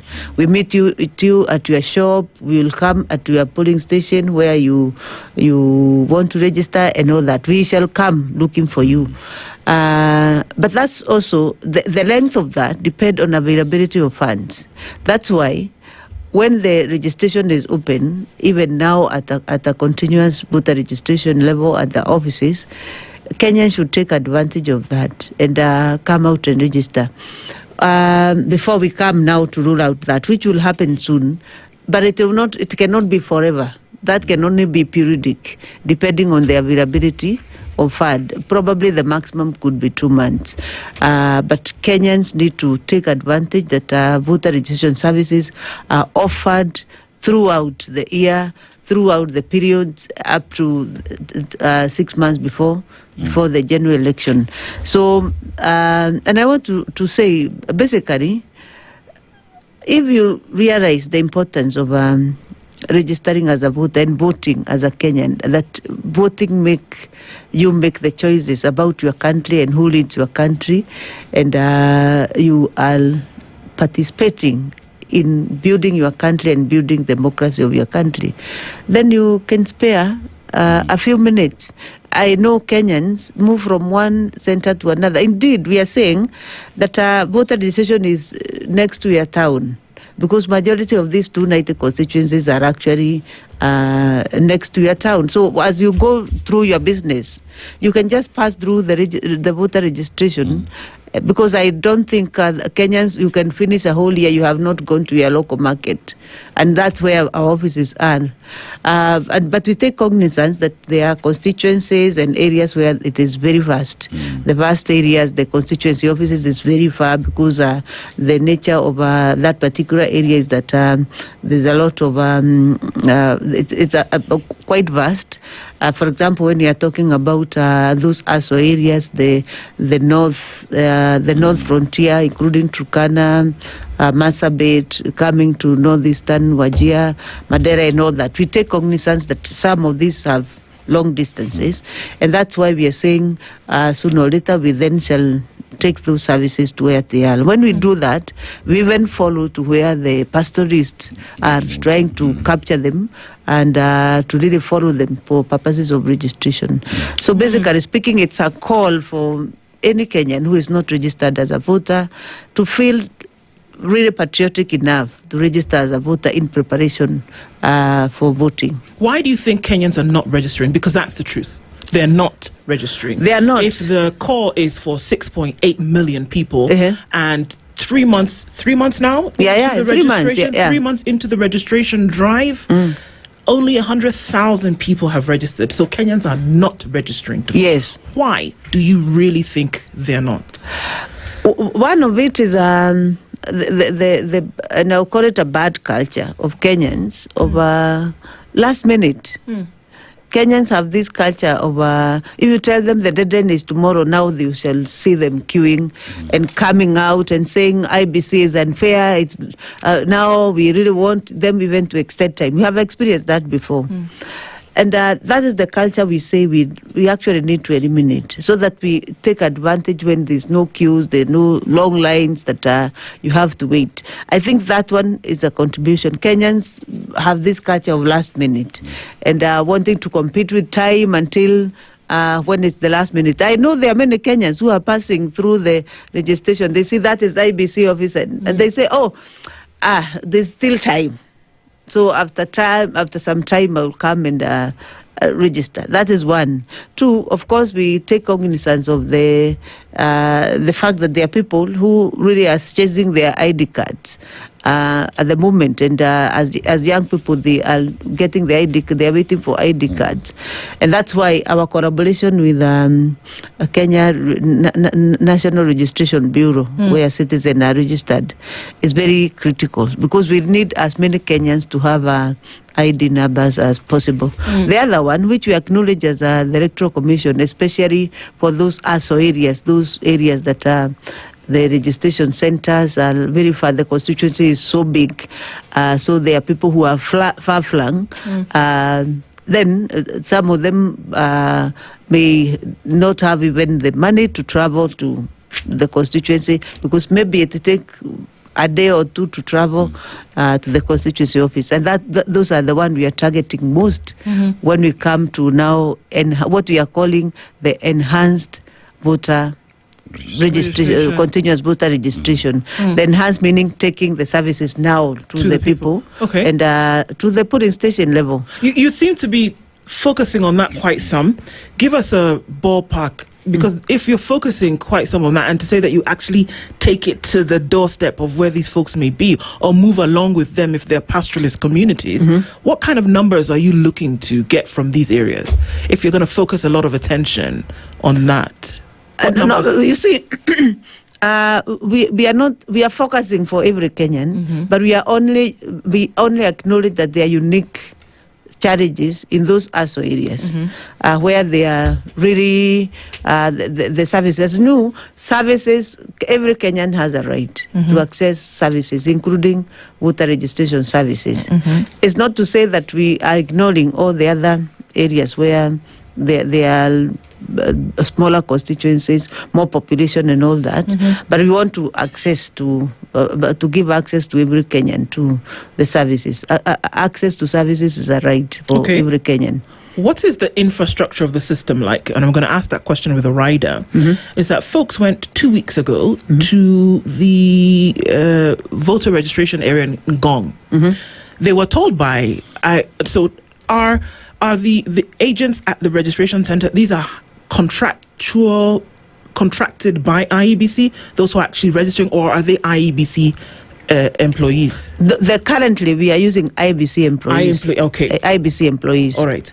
So in Ngong Town, they went and they were told the system was down. They went to register. A group of people went to register. They were told the system was down. They were told to leave their numbers and that they would be notified. That was 2 weeks ago. They've not been notified to date. Nobody has called them. They've not been able to register. So then one must wonder, if the system is down, how long does it take for it to come back up? And if they were going to be called back, how long does that take? Could this be one of the problems? And how would you solve that? No, maybe that need more in-depth, because I know our system, you can also register offline. You may not wait for the system to be there. Maybe that's an officer who probably, either for some reason, gave an excuse, because the system we have, you can also register offline and to upload the data. Do they know this? The data, yes, they are trained officers. That's why I'm saying we need to go into the depth of that. What could have been the problem? If some officers, and probably I may want to get the details of that, then we are able to connect with that, because our system also, you can register offline and then later upload the data accordingly. What you cannot do offline is currently is if you want to transfer your vote, because that one you have to really get into the system so that we are able to bring up your data and see where you are transferring from this level to this other one. But as far as registration is concerned, it's possible you register and then that data will be uploaded later. We have given those options as part of our registration. So that's a unique case. It's probably one with Kite, which we may want to get. Probably the challenge was different. Maybe power was not there, because if you don't have power, then even you cannot. But surely, if there was no power, they would have said, "There's no power right now. Maybe we can come back later." But in this case, they said, "We will get in touch with you." This may be the message that is sent to a number of people who come to registration centers, and for one reason or another, if the system is unable to capture them at that moment, have been told that they would get back in touch with them, and that doesn't happen. It would then increase the apathy, wouldn't you think? Yeah, if that happens, which I'm saying we really need to get into the depth of it. And Kenyans we have an offline, we have a customer service system where Kenyans, even from as far as where they can be, they can also get in touch with us so that we are able to isolate and understand what the problem could be. Okay. I have a question. When it comes to registration exercise, so I'll do a comparison. Today, if I want to sign up for an account to a bank, I can do that online. What do I need? I need to go to the bank's portal, key in my details, take a photo of my ID, front and back, and upload it into the system, and there you go. I have my bank account. Later, if I walk into any bank account anywhere across the country, they would take my fingerprints, my biometrics, and key it in. IEBC says that in terms of funding, it's a problem. But going digital could be the solution. Has IEBC sought to go digital in terms of registration, where any Kenyan from across the country, especially the people you're targeting, who are the young people, where do they spend most of their time? On their phones. Isn't it about time that IEBC looked at that as a solution, where you can register yourself in the portal, take a photo of your ID, because that is needed, and later they can come to confirm to your offices that the number that you have received, because you can get that registration number on your phone through a USSD or an SMS, go confirm that Dennis Aseto is registered as a citizen to vote in a specific county that he feels he wants to. Because I would be in Nairobi, but I want to vote in Mombasa, because at the time during elections, I'm in Mombasa. But I could register from Nairobi as a Mombasa voter in Nairobi. Why isn't IEBC thinking of such innovative means of dealing with the pressure of having personnel and the pressure of having systems going down? Is that an option? One, we start by the current situation. In every constituency, we have 2 kits. One kit is localized to that constituency, that only voters from that constituency can register. The second kit is open to the whole country, that if you go today to any IBC office, it doesn't matter from which county or constituency you are coming from, you can be registered. Because there's an open kit that registers any Kenyan from any Kenyan from any part of the country. Having said that, that means accessibility. Even if you are coming from Mombasa, in Nairobi, you just enter any of the IBC constituency offices, and including our customer care there at the headquarters, you really get registration. But in terms of digital registration, we are actually processing and coming up with what we are calling a pre-registration module, where you capture your data, just the way you are saying. You capture your data. Indeed, you are going to scan your ID. At the back of the ID here, there's usually some coding there. RMZ, that is there. Then you just whatever, and you populate your data into the system. After that, you register, you fill in whatever may be remaining, and you then submit. Then, when you submit, but there's a system that we have not started using. It's good to say that. We are in the process of making, and I know by the time it goes to that to roll out of the ECVR, the enhanced voter registration, we shall have the system. So then after that, when you submit, then you book a date with the registration officer. Why are you booking a date? Because you cannot complete the registration because you must capture your biometrics. So when you go to the registration center, you're only going to capture the biometrics. That make it simple. It's like like we want to come up with a system like what DCI does. That when you go to DCI, you fill in the form on eCitizen, you do everything. You only go to capture your fingerprints. That is the same method we want to use in the pre-registration. That, of course, will make it easier for Kenyans to register and also minimize the length that you take. You go just there to confirm and capture your data, and you book up a specific date according to your convenience. So we are coming up with that system. It's only that, of course, it takes some time because it's something I thought it also takes some money for you to finish making such a system. But I know sooner or later we are going to roll out that pre-registration module where you register in advance before you go for your biometric data capturing. Yeah, so it's something that innovatively we have our internal developers, very, very talented young people who are working on it, and our Directorate of ICT. Yeah, so it's something that we are considering. But meanwhile, it is important for Kenyan to know you can register in any of IBC offices. It doesn't matter where you are coming from. The registration services are accessible from any point, provided it's an IBC office. What kind of mapping have you done for those locations for registration around the country? I mean, we can look at Nairobi, we can look at Kakamega, we can look at Kwale. How mapped out has this been done that within a certain radius you would have a number of IEBC registration offices, or they're like 3 in Nairobi, for example? How has that been done? Now we have constituencies. As currently the situation we are registering at IBC offices, and every constituency has an IBC office. For example, Nairobi have 17 of them. 17 constituencies, therefore we have 17 offices. Depending on the county and how many offices. For example, Kiambu has 12. So in Kiambu we have 12 constituencies, therefore we have 12 offices that are within the Kiambu County. So that's what's happening currently.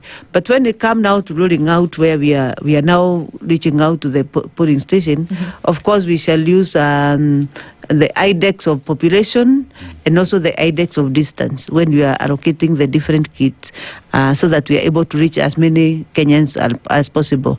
And we have the kits, so it's a question of just hiring personnel and then training them and then making them go to the local markets and everywhere. That time we shall now look at population and also the index of distances as we allocate the kits.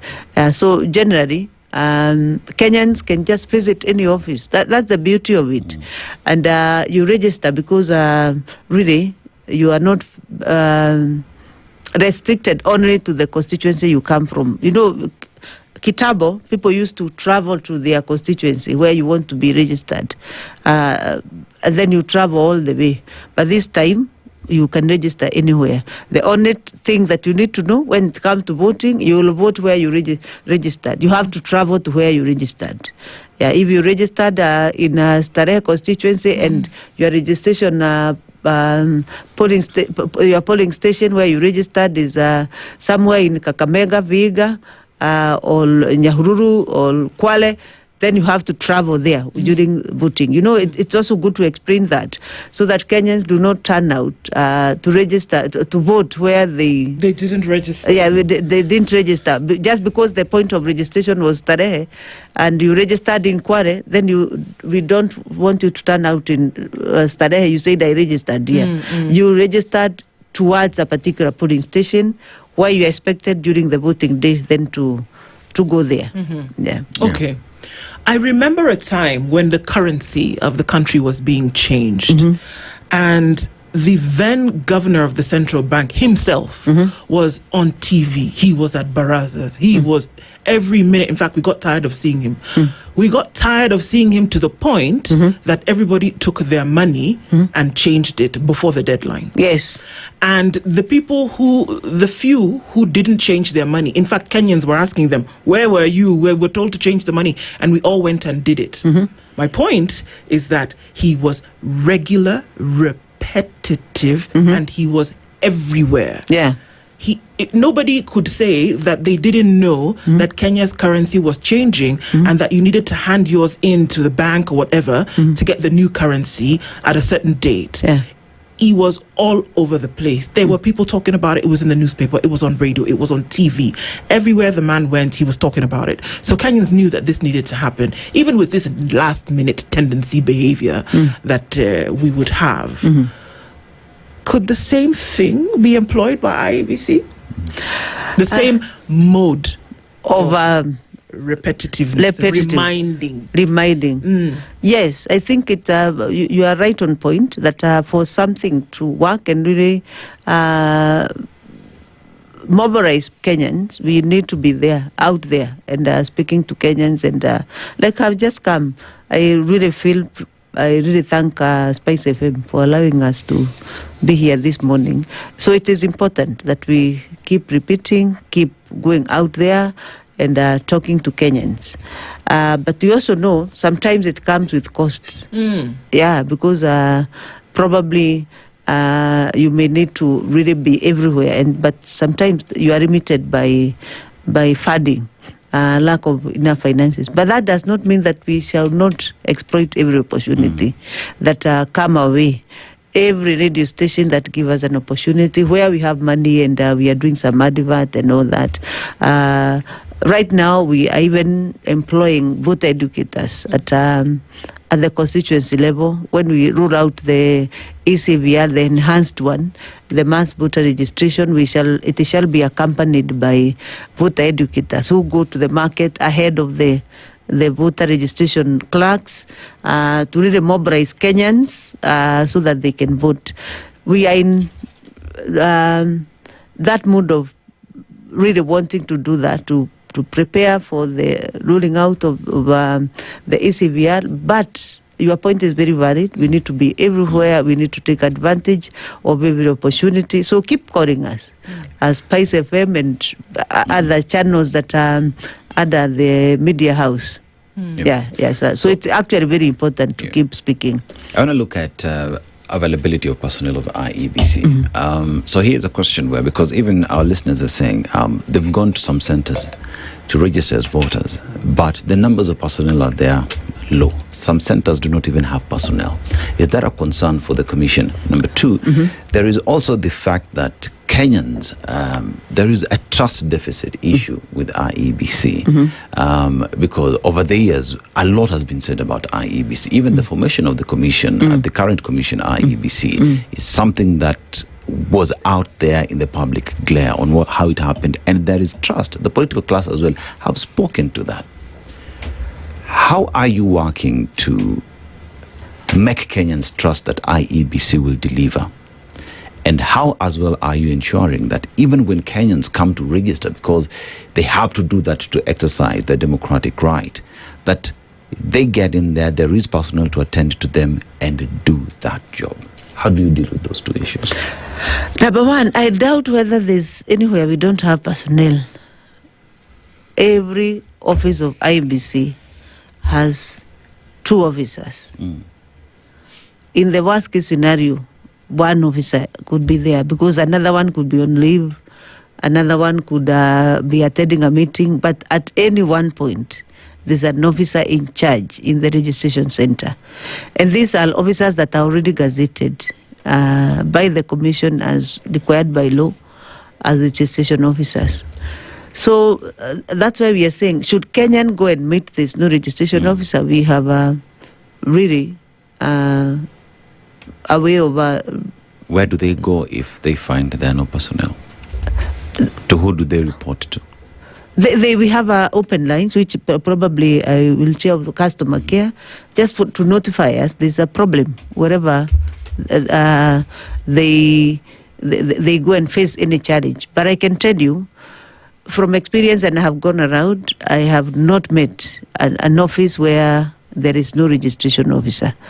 Yeah, all registration officers work from 8 to 5. One would imagine that if Anne Dorito showed up at a registration center, that everybody who was supposed to be working would be there. But I'll go impromptu. Exactly. Yeah. Well, I mean, one would expect that you would, that if Anne shows up at a registration center, that even if somebody nicked out to get a cup of tea or something, that they heard that she was there, they would come back to their station. So the thing is that it was that I don't know if I'm. But I've met them. Okay. I met them where I've had just an impromptu. I've met them registering Kenyans on the Q3, 4, 5. Really, I don't have a reason to doubt our officers. That are the officers are in stations registering Kenyans. It's a concern that is being raised by our listeners who are following up, and they're saying that has happened to them. Perhaps it's something that the commission needs to look into. We are not doubting that. We are saying, should there be an issue like that, it is very important that Kenyans are raising it. Then we shall zero down probably to one station, to that one station where Kenyans are saying, probably I went there, and we know the circumstances. Because also, it's also good to realize that Kenyans also have this habit of appearing during lunch. This officer maybe need a break. For lunch, okay. Yeah, have gone for lunch, and I've seen that. I've been working in my office. People will just flow in, including lunch hour and oblivious that also maybe a Kenyan need the registration officer may have just gone for lunch, and that's why when we gazetted the time, we said it's from 8 to 1, then 2 to 5. Because this 1 hour, the Kenyan must have a break. The registration officer also must have a break. But I'm not doubting the Kenyans who are raising concern. We are only saying we can zero down to those specifics. Yeah. There's a question on the issue of trust. Yeah. How is the commission working to regain that trust? Because Kenyans need to be sure that IEBC will deliver a free, credible election. But that, as it stands, kidogo, the commission has a lot of work to do. Yeah, there's a lot of work to do. And I want to say the first thing is that trust is earned. Trust is not something that you give somebody just because this person has just appeared. So we are working towards earning that trust. And one of it is setting our systems and making sure that our systems are there and they are working. 2 is to explain ourselves to Kenyans. Trust is lost because something was said, something was done, and probably the information was not given. For sure, sometimes trust is lost because there's a gap between the recipient of the information and where the information is coming from. So the gaps in between there are not filled. So one of the issues is to assure Kenyans and keep explaining ourselves what is it that we are doing. If we are not explaining ourselves, it means people will think there's something else we are doing behind the tent. So ours is to work transparently on the table and telling Kenyans, look, this is what we are doing at this particular time. And at this time, we are preparing like that. Like now, I've been explaining that there's no mystery in voter registration. You can now register anywhere, even if you are coming from a far-flung and you happen to be in Nairobi for other businesses, just walk into a registration center and you'll be registered. That will save your money, you save your time. So explaining ourselves is one thing that we must continually do to rebuild trust. And of course also, we also require to ask Kenyans also to give us time, because the issue of IBC and trust, public trust, is a historical issue. They don't even look at, like now, you hear Kenyans saying we don't trust you, and we have done nothing. We have just arrived. We have just arrived. We have just been recruited, and we have just starting. And then suddenly you say you don't trust us. You have not seen us what you have done. So it is more historical. But I have said, and I will repeat again, trust is also earned, and we must work towards assuring Kenyans and showing what we are doing and system and working independently and transparently and making sure that we respond to Kenyans, just like the issues we are raising. We must be responsive, and that's why I'm saying it's important to go into the depth of when complaints are raised, how do we address them? Because trust is really about also addressing issues that are coming on our way. You've mentioned about explanations and that you need to explain to Kenyans over and over again. And one matter that needs explanation is why a different methodology. Different elections, what Kenyans have been doing is scanning their fingerprints and going into the election, and that's it. Right now there's a new methodology. You can control, you can correct, but that is the iris scanning. Yes. And with that now, if you look at the methodology that will be used in 2027, we have two different sets of methodology. There are those whose eyes, personally, my eyes was never scanned. My iris was never scanned. As we go into that election, one would ask the question, who will use the fingerprints and who will use the iris? And how does that then bring together the aspect of a methodology that is understood by everybody and not methodology that confuses the voter? Why have the iris in 2027 elections? One, it's good to know that technology keeps shifting, and also systems must keep shifting. And you must start from somewhere. First, the iris. Is it legal? The answer is yes. The Elections Act, Section 2, allows IBC to capture as various biometrics, several of them, actually quite a number. But we chose the iris because in addition to the fingerprints, as a two-factor authentication, one can fail. And it has failed. You have seen it in the last general election, previous election. The default method of identification is actually fingerprints. Should fingerprint fail, then instead of becoming manual, you can resort to iris. So the assurance I'm giving Kenyans is that we still will use biometrics as the basic and the major voter identification method. But we are capturing iris, and we shall continue updating the iris register, including for the people like yourself whom we never captured your iris.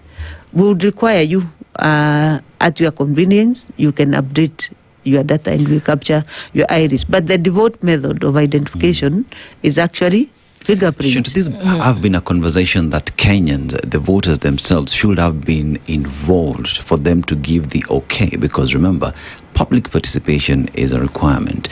Kenyans today are saying, fine, IEBC has decided to go with the iris method, but we have not been involved in this process. Why?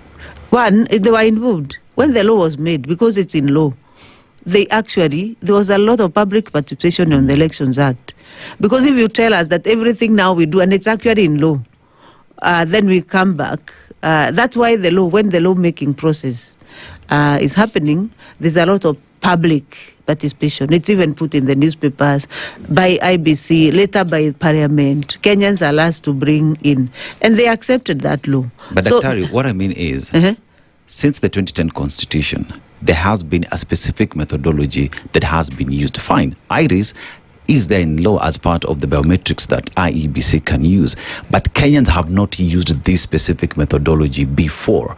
As IEBC introduces the new methodology into the system, isn't that important that Kenyans are, first of all, informed that we are updating our methodology? Information we give. That Kenyans sit and are explained as to why IEBC is updating this new methodology, because as we speak today, Kenyans are saying there is something sinister, and perhaps as much as maybe there is no something sinister, there isn't something sinister. Ought to explain to Kenyans why it sees it's fit or important for the update Even in your phone, there is a software update that will happen over and over in time. But there is a notification that you're sent by the phone for you to press OK and say, fine, you can. But IEBC rolled it out without involving Kenyans, despite the fact that it's in the law. The update needs a notification, which did not happen. One, I don't think you the way you are putting it is as if we are introducing a new methodology. There is no new methodology we are introducing. Voter identification has been biometric using the fingerprints. We are not saying that we shall not use the fingerprint, we shall now use iris. No. Both can work. Both can work, but we come to iris when your fingerprints have failed. If you look at the last general election, you are going to see that there were so many cases around. We use voter register without the manual register. You know, those cases went up to the last day, up to 1 day to elections, about the manual register. And they were saying, let's bring the manual register for purposes of that person whose fingerprint will not respond to identification. Okay. That's why we need the manual register. So what we are saying, for election to be free and fair and credible, let's use everybody to be identified biometrically. That's exactly what we are saying. And to go towards that is to say, if your biometric one fails, which is fingerprint, then we can resort to biometric 2. But in the case that where is actually complementary. So sure, but in the case where biometric 2 was not captured, how then will you rely on that as an alternative method if biometric 1, the fingerprint, has failed? In this example, where Dennis Aseto went to register and his iris was not captured, in the event that biometric 1 fails, this is just Aseto. In the event that biometric 1 fails and biometric 2 was not captured, what would then happen? Now, you see, this is a progressive realization of that vision where everybody is biometrically identified. And you have to start from somewhere. And because we are not coming up with the whole register anew, then we start with the one we are capturing now, so that in the long run, every other register, every other person will be updated. Okay. And that's a work in progress.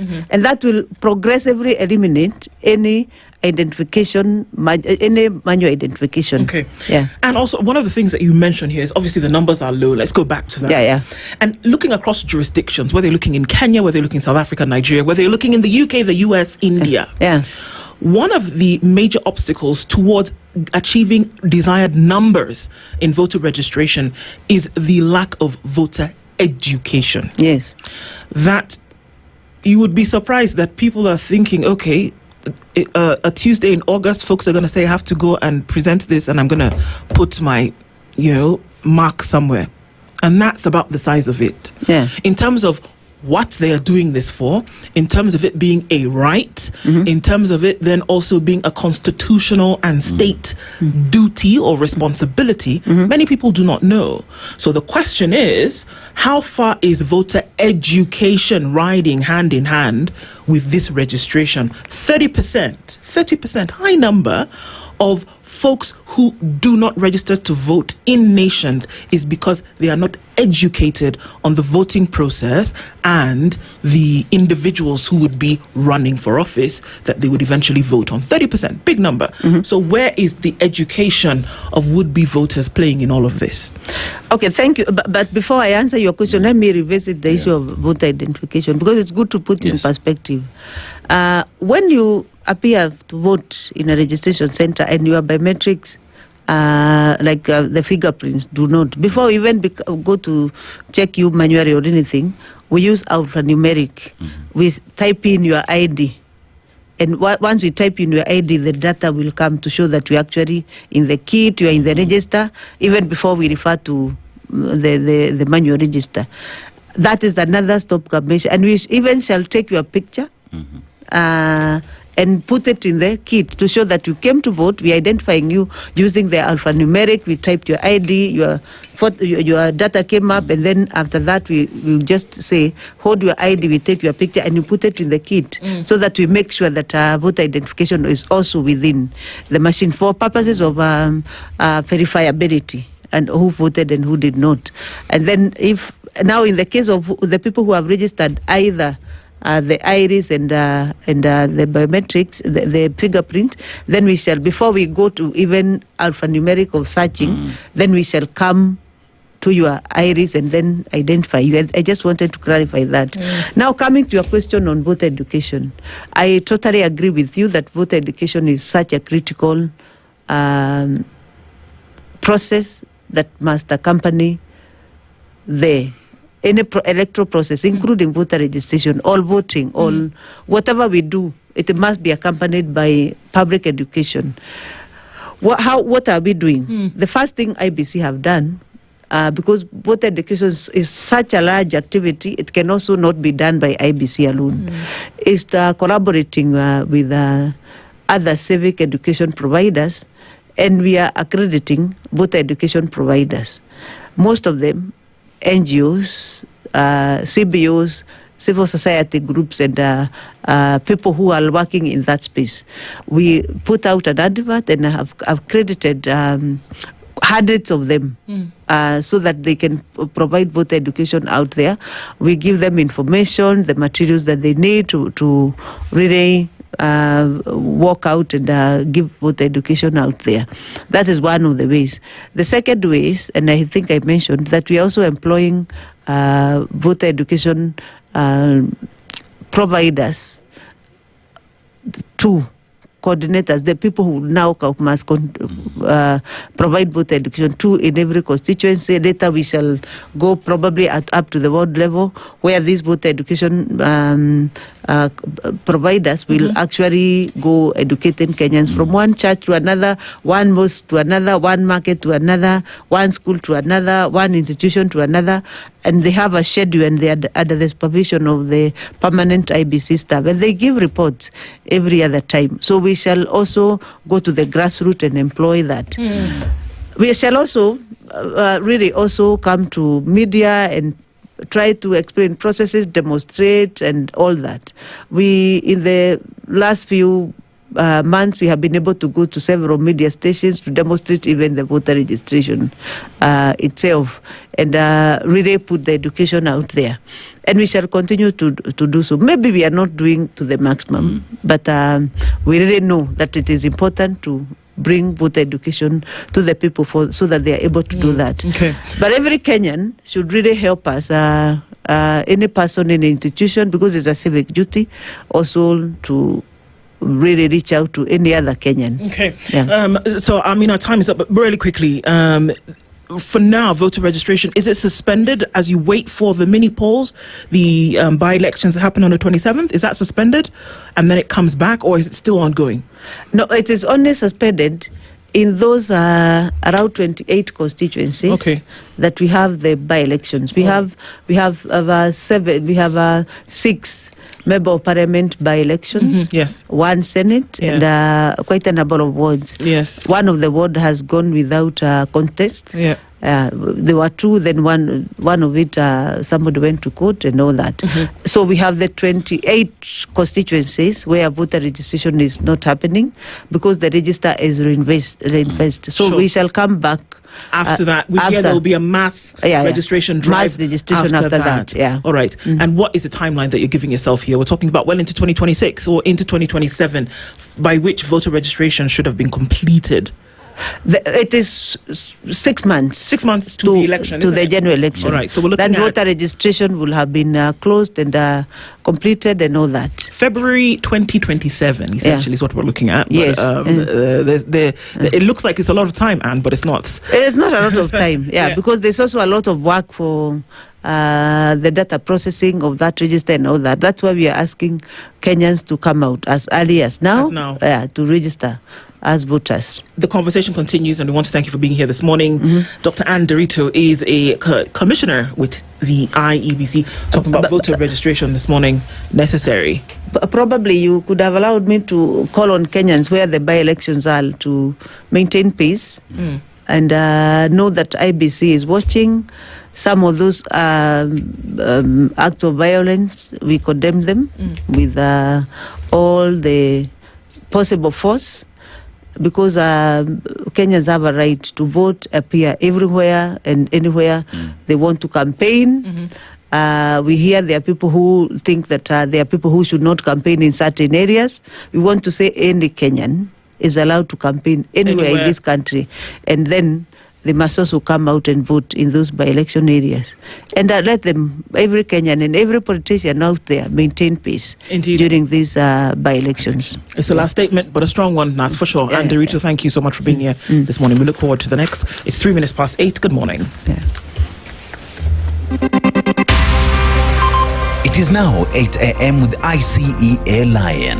It is time to plan ahead with ICEA Lion. What's your plan? The latest news from around the world. 94.4 Spice FM.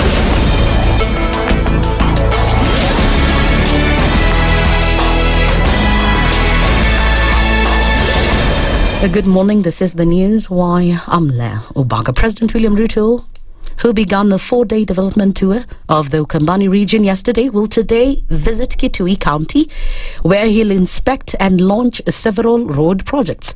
This include the Kamowongo Kanduya Road in Mwingi North, the Kwasiku Migwani Mbondoni Road in Mwingi West, as well as the Ikutha Muta Road in Kitui South.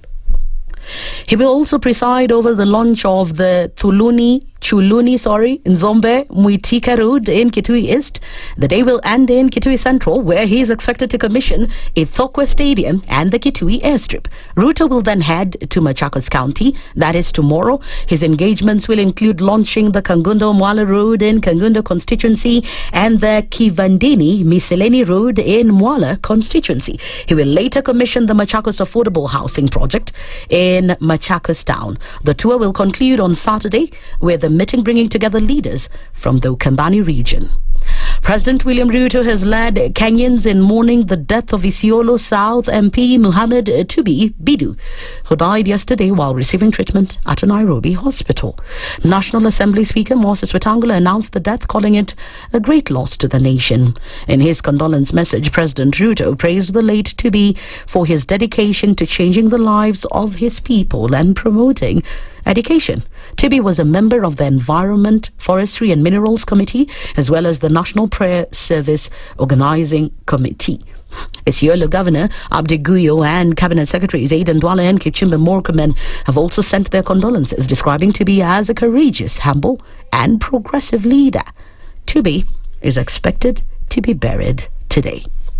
The Kenya Ministry of Foreign Affairs has dismissed Ugandan President Yoweri Museveni's claims that his country has a right to the Indian Ocean. The ministry's secretary, Dr. Korir Singaway, said Kenya believes that Museveni understands issues of international jurisdiction and ownership of resources. Singaway was responding to a journalist's question seeking Kenya's position on Museveni's controversial remarks, which some diplomats have described as threats.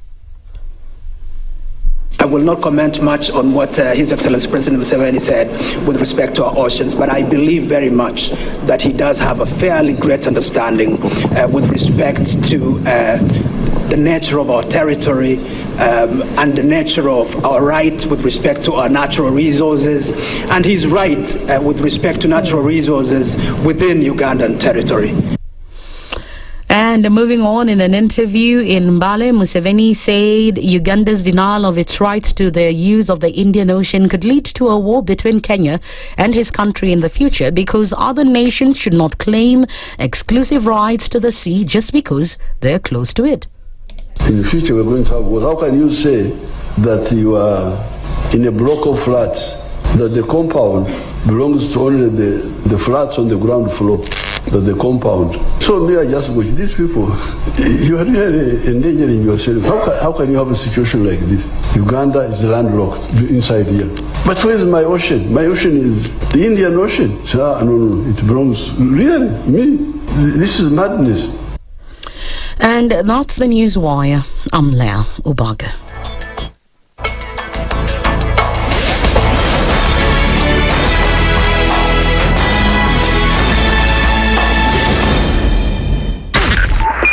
.5 Spice FM, Kisumu. Good morning, and I love your show. Thank you. Having come from a Kikuyu radio background, I migrated to Spice because of the content. I was born in a slum, but somehow I got a break in life. So sometimes when you see the sweating coming out because of the passion and whatever it is, behind the noise, there are people. And we share the same umbilical cord. It shouldn't be like that. I am so disappointed. We used to tell Honorable Raila Amolo Odinga that he's doing policy of conmanship. And even President Uhuru Kenyatta, serikali hii ndio iko na conmanship ya hali ya juu. You cannot promise people that will reduce tax, then you double. In politics, there is the issue of trust. For you to turn around and then stab the same people who gave you that trust, there is no other level of dishonesty. Imabo, utaona dunia tu. The Situation Room, Kenya's biggest conversation. The following takes place from 6 a.m. to 10 a.m. every weekday on SpiceFM. You have land, Dennis. Yeah. Okay, your own land. You use your own money to build it, and then you sell it to yourself. But we don't want foreign troops on Kenyan soil. But surely it goes a little bit deeper. This is it. If you find the tree is withering, then you call the person who is managing that tree. Come around. Yeah, Why? Tell me what is first of all, what's the problem? Yes, what is the problem there? How do we expect ourselves to move forward as a country? The Situation Room, Kenya's biggest conversation. The following takes place from 6 a.m. to 10 a.m. every weekday on SpiceFM. We look at the utterances of leaders who are aligned to broad-based, who were initially in ODM. We thought they stand for something. Now they've been exposed. Because we are a third world country, we are poor. And not because we don't have resources, but we have been robbed senseless. Look at the wasteful expenditure. Look at how large government lives. And we've said this is something that can be controlled. It happens in many other countries. Internally, we used to stand and tell him, boss, hii kitu ni mbaya. And you'd say, now he doesn't, let me tell you, you saw the other parliamentary group meeting, people went there, sat, listened, looked at him, there was no plenary, left. The Situation Room, Kenya's biggest conversation. Mature, intelligent talk every morning. Spice up yourself.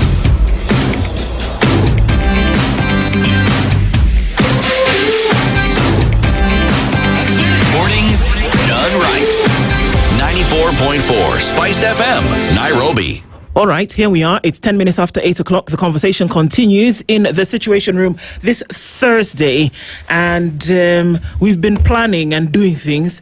Yes. Aseto, you're trying to get us to get this plan moving. You need to get this plan. But now let me paint a picture. All right. Imagine it's a weekend, eh? Mm-hmm. You're enjoying that barbecue. You know, your drink on the side. You're enjoying a movie here and there. Or you're just Netflixing and chilling, eh? All right. And then from that point, you see your friend drive in with that spunky new Range Rover, you know, and you ask yourself, what's my plan?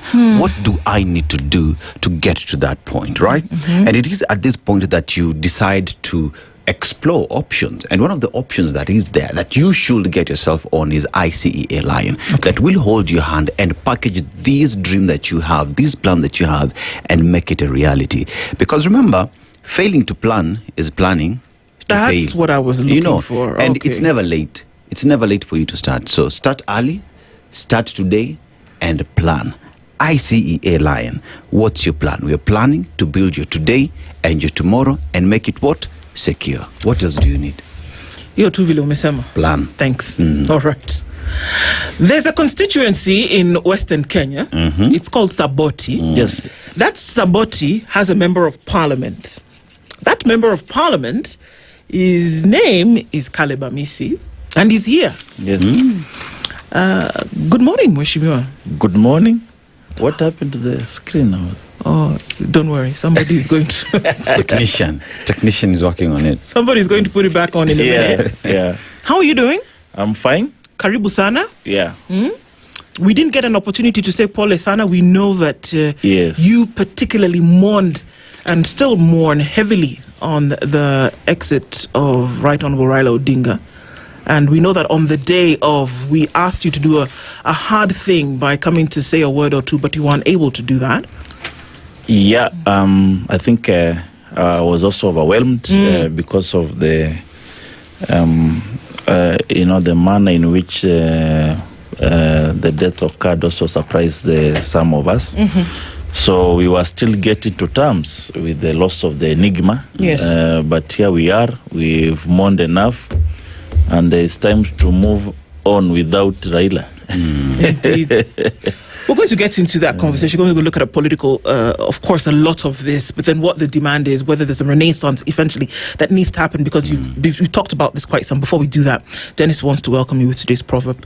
Yes, today's proverb comes from Sierra Leone, a country whose former slaves from the UK were domiciled in that country. But you look at the country and the resource that it has. So we talk about diamond, you talk about gold, you talk about titanium, there is cocoa, there is fishing, and all these come together to push the country forward. Their currency sounds so good, the leon.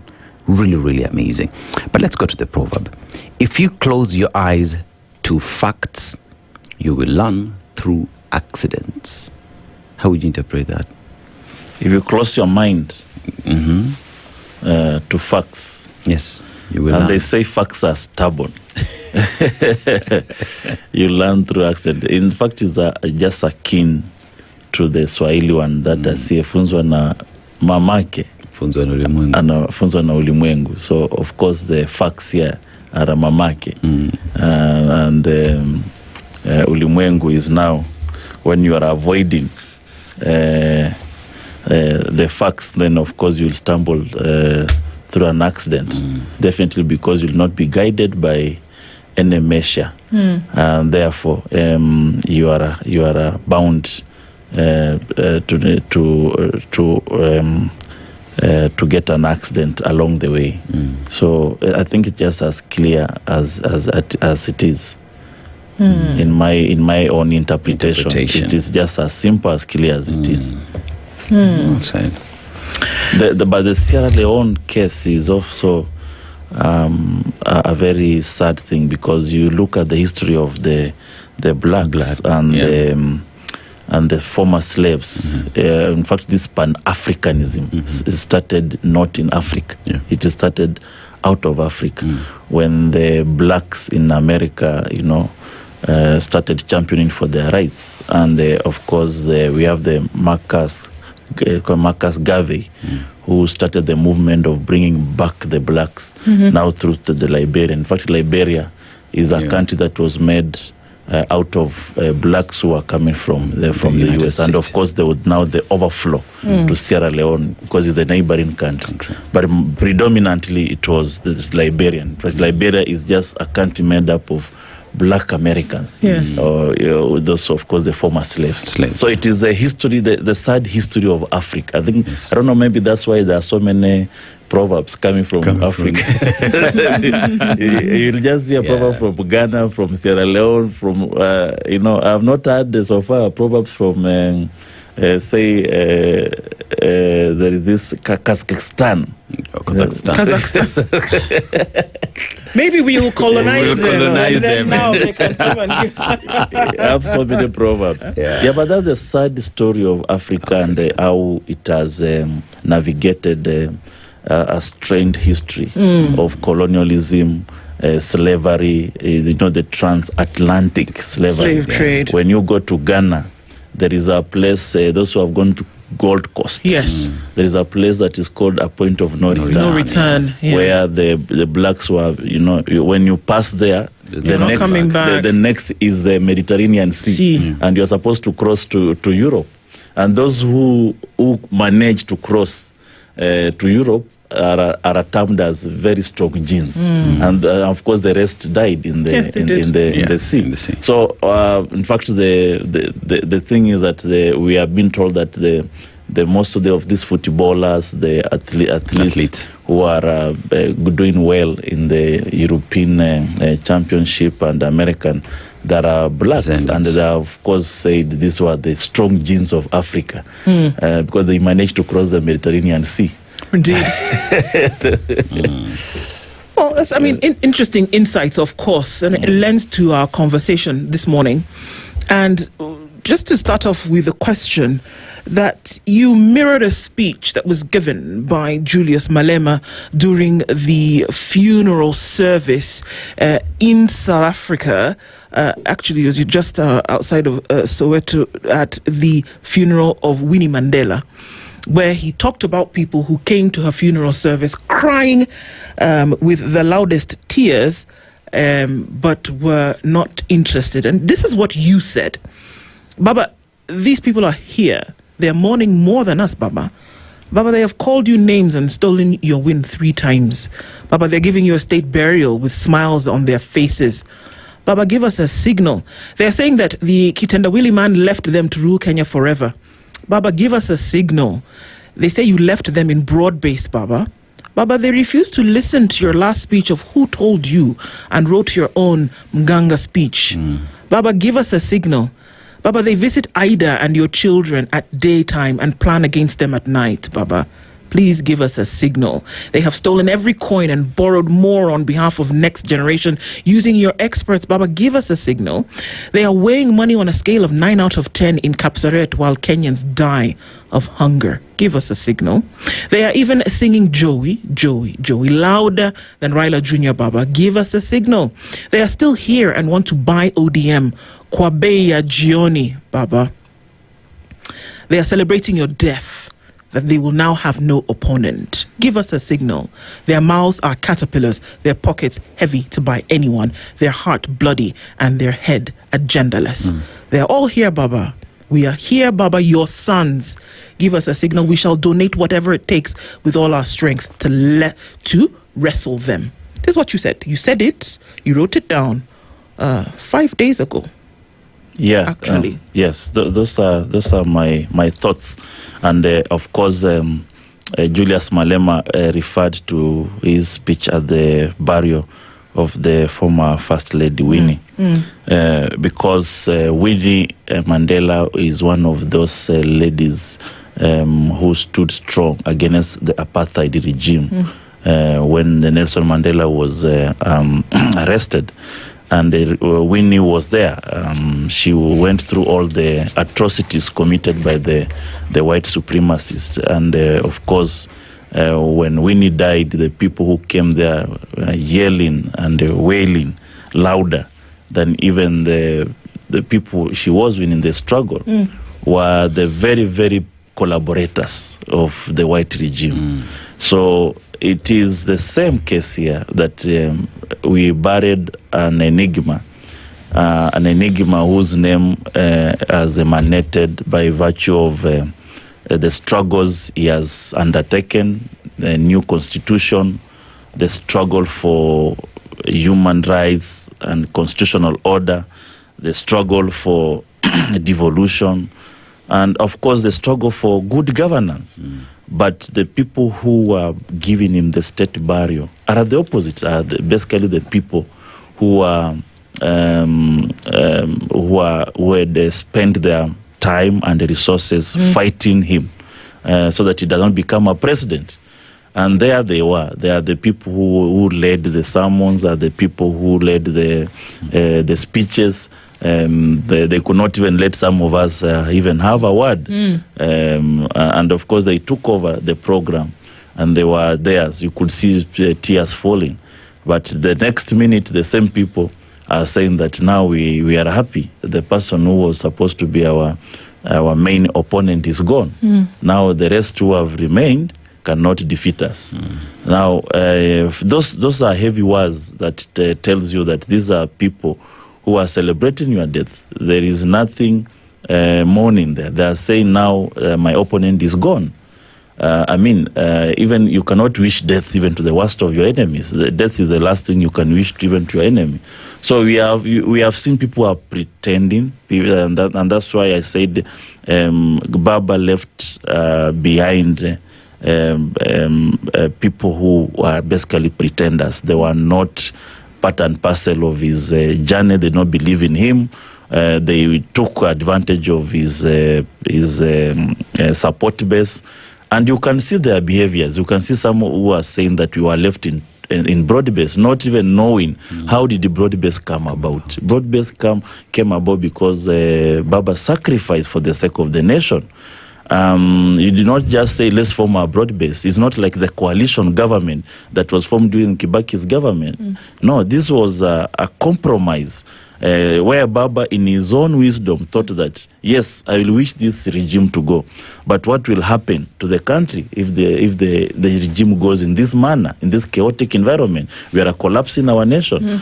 But these people do not even know how the broad base came about. They came about out of sacrifice over enigma. And of course, when he said this is where we are, it means you must also stand on his values that made sure that broad base is in place. And what are the values? That you cannot compromise some aspects of bad governance. And you cannot just say we are in broad based up to 2027. That means that whatever atrocities the broad base is committed, you are going to be part and parcel of it. But your party and some of the chair of your party is saying this. There are members of ODM that are saying we are going to remain here. You, one of Baba's sons, very clear in how he then was able to lead you through this political journey. But the party is also, in some respect, very clear about the direction that they're going to take come 2027. We're in broad-based. We are here to stay. We're not going anywhere. Is that the position? And that's exactly what Baba was talking against. You could remember the last speech that Raila made. And the people must also know that ODM is strong because of the virtues and the ideologies that Baba has been able to prophesy all these years. That's why it has been stable, that man. Most of people have joined ODM across the country, not really predominantly from Nyanza. They have joined it because of the ideologies that the party stood for. And the moment you run out of it, out of what formed ODM, there'll be no ODM. They just need to understand that you are happy now, you are celebrating. What are you celebrating? What are you telling people you are... What is ODM without members? What is ODM without Caleb? It is nothing. It is a shell. So you'll be celebrating a shell. ODM is strong with members members of the party. And why are members of the party in ODM? Because of what the ODM stood for. If we are going to see abductions, if people are going to celebrate two Kenyans who are abducted and taken across the borders into Uganda, and they come back and you still celebrate and say we are in broad base, we can't talk against this. Is this the reason why ODM was formed? No. So and if Baba was here, can you just sit down and imagine if Baba was here, will he celebrate the atrocities of the government in the pretext that you are in broad base? No, he will not. He will speak it out. So who is this man in ODM who will speak it out the way Baba used to speak? I mean, there are times when during even the broad base arrangement, when Baba has publicly condemned the abduction of young people, even while championing for broad-based government. Who is this in ODM who will still speak against government excesses? Who is it? Who is this? Yeah. Who is it? That's why you're asking. There's no one? If there is no one, then there's no ODM. So that means... Because that is what forms the party. That's being able to speak against the excesses of the government. And that's what has attracted thousands and thousands. You are saying now you are the biggest party in the north of Limpopo and the south of Sahara. Why? Why is Kanu not the biggest party in North, or not even in the South or West? I mean, let's look at ODM as is, and what Raila Odinga stood for. Broad-based, he called out the government. Raila Odinga is not here. Are you insinuating that ODM, as we stand right now, has lost what it stood for? Is ODM the same ODM that Raila Odinga used to call out the government, used to ensure that democracy is a fact, that human rights are respected? Has ODM lost it? Yes, the moment the chairperson, Gladys Wanga, during the burial of our enigma, went out loudly, as if we have not lost even Baba. It looked like it is a campaign rally. It never looked like it is a mourning of an enigma. a chairperson of a party, a party that was led by an enigma. On the barrier of the enigma is addressing and confirming that will be in the government, come what may. On the barrier of the person who have stood against repression, on the barrier of a person who has stood against Moi's regime, on the barrier of a person who was jailed for 7 years for standing up against the excesses of the government. That is the day you chose to say that we are in the government to stay. The government that people have fought against, the government, the very person you are burying, has been imprisoned, lost part of his life, lost, dignity, fighting against the excesses of the bad governance. But you are there on his burial as the chairperson of the party, professing on how you'll stick to the government, whatever comes may. It does not operate like that. This is the day you should have said that even if you are in broad-based, that should you go against the wishes, aspirations, and the ideologies of our party leader whom we are burying today, we will speak it out for the sake of Raila. That is the speeches we expected. But not to say like it was a UDA rally. Well, that's what makes us wonder, is this party still existing according to the ideologies under which it was formed? So what you're saying is that if this is the ideology upon which it was based, to then be able to speak against the excesses of government, to then be able to be the voice that really resonates for the people, if that in its current constitution is not happening, then this party, for all intents and purposes, fails to exist. It fails to exist. That's why I said, when even Baba was in broad-base, it will come up even when the president is there. Until the president stop, this is not right.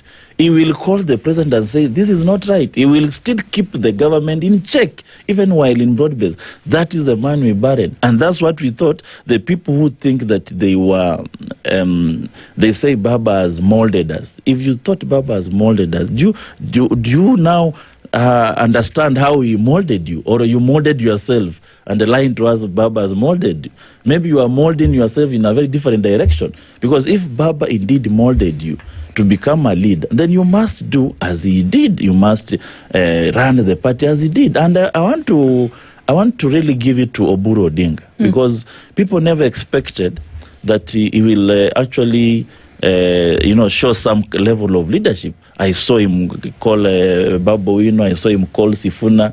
I have seen him calling people of dissent voices and say, no, we will not just be in broad-based. We will make a decision later. He's actually offering. You can see the speeches of Oburu Odinga. You can see the speeches of Ruth Odinga. These are siblings to the enigma. These are people who grew together. They have seen Raila when Raila was one day old in this world. Now, can you compare those speeches with that of Wanga, who just saw Raila after campus?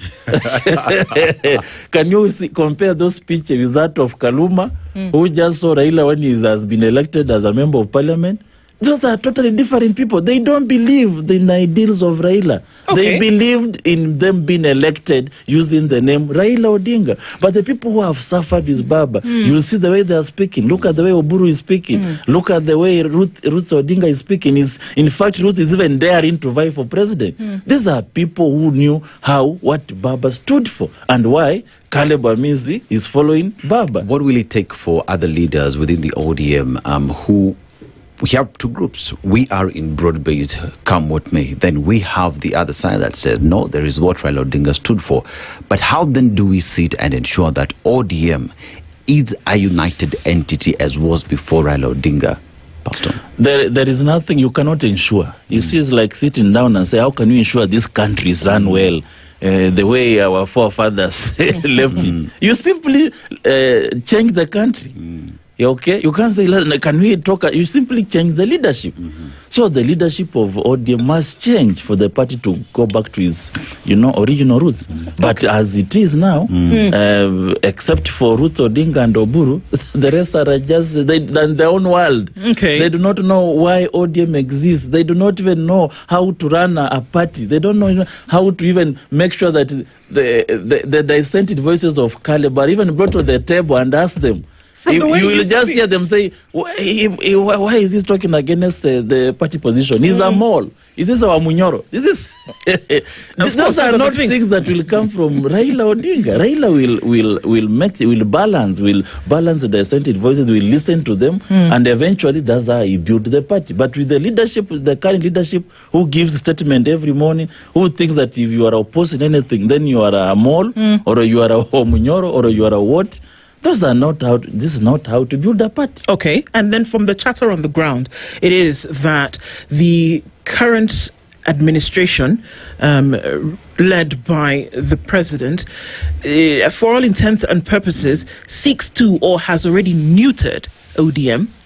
That could go in line with some of the very things that you're saying. If your chair speaks this way, if prominent members of the party speak in this way, that it is already clear that ODM then is not just, in bed with UDA. It's had children and grandchildren at this point.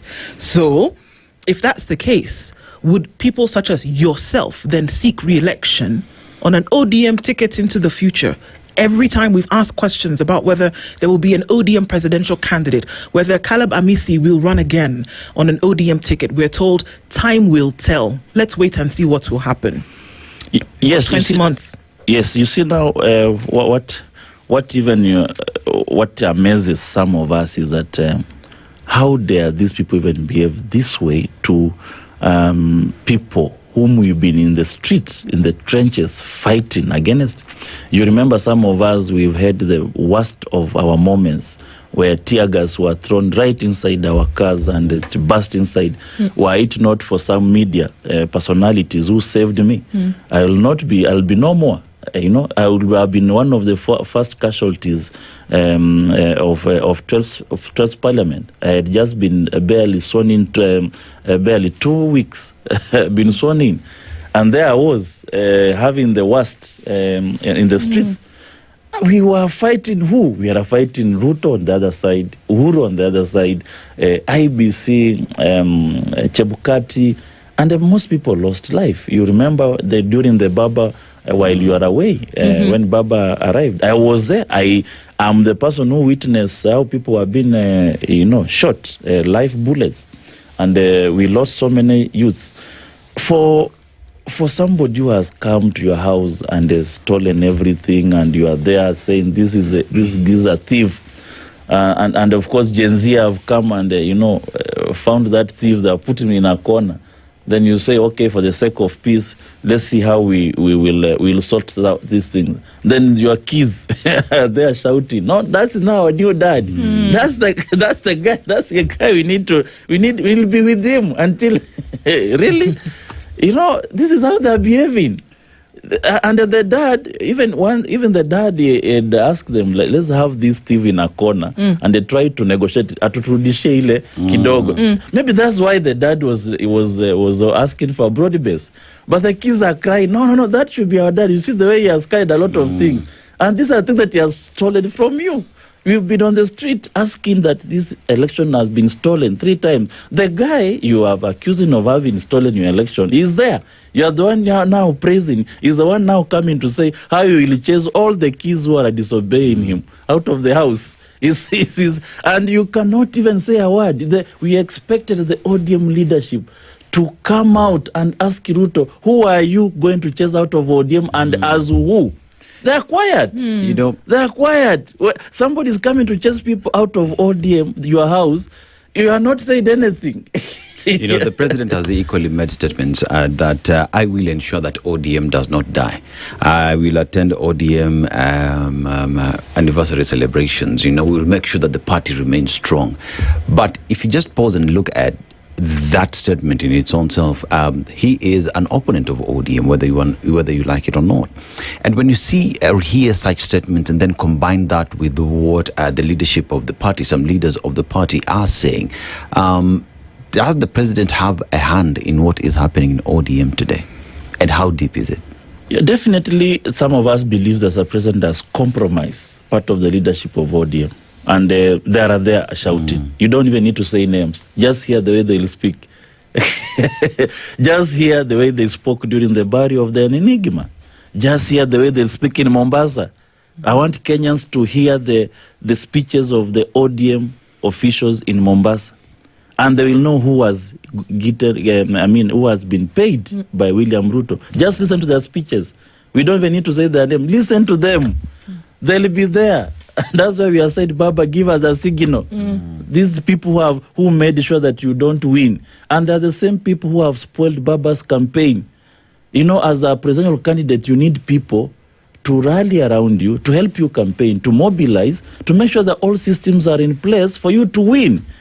And a single person cannot win the president of Kenya by controlling all systems. He needs a team of people to help him. The team of people that Baba entrusted his campaign messed him up. They are the same people who are happy to be in the government. Look at them. Look at their faces. They're out there. Those who made sure that Baba is not a president for 5 times, they are there praising William Ruto. They're out there. That's why you're saying, Baba, give us a signal. And on 20th anniversary, the same people who made sure Baba does not win 5 times, they'll be speaking broad-based from morning to evening. Listen to them. They're out there. Caleb Amisi, Babu Owino, and Secretary General Sifuna have been pointed fingers as being rebels within the party. Why? Who is pointing fingers? They're not the members of ODM. They're the same people. That's why you said, Baba, give us a signal. These people are still here. Those who made sure that you've died without being a president of Kenya. They are here trying to destroy ODM. They are here chasing people. They are here labeling other people as rebel. Something that Baba never labeled any one of us as a rebel. Himself, he used to call us every day. We used to consult. That's why we are saying we were speaking the language of Baba. And if you want to know that Caleb, Sifuna, and Babu were speaking the language of Baba, listen to Ruth Odinga and listen to Oburu Odinga.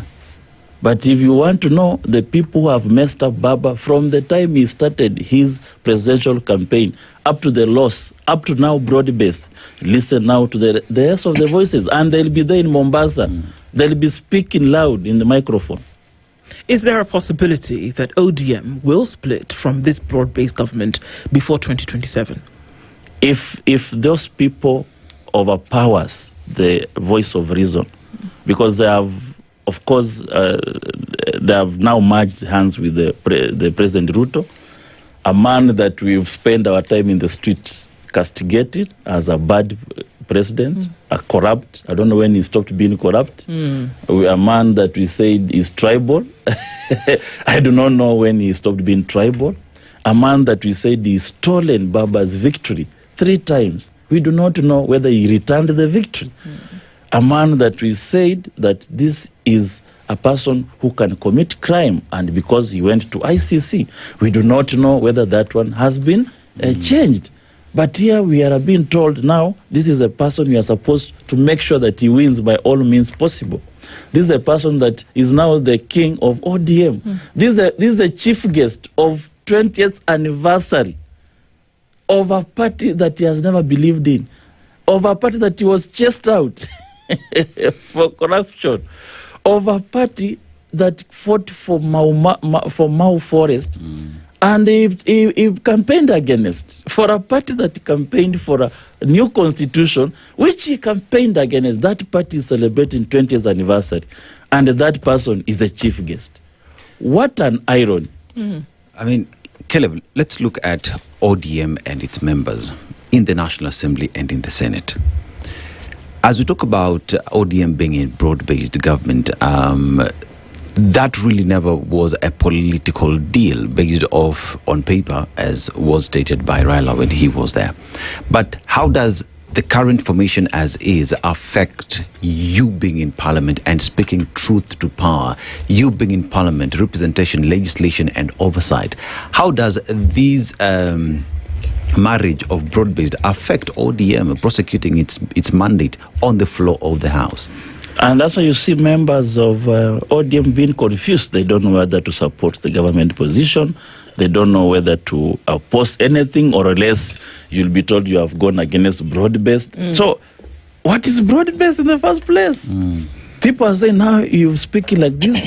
You remember some of us, we are even denied the positions. For example, I was supposed to be the chair of Public Accounts Committee. I went to Junet and asked Junet, who took my name to the Central Committee, that you paraded my name in the media, and later on, you do not even want to appoint me to be in the committee in the first place, for me to even campaign among my colleagues. So who took my name to the Central Committee and announced to the whole world? He said Baba himself. Raila himself told us, I want Caleb to be the chair of PAC. Raila himself.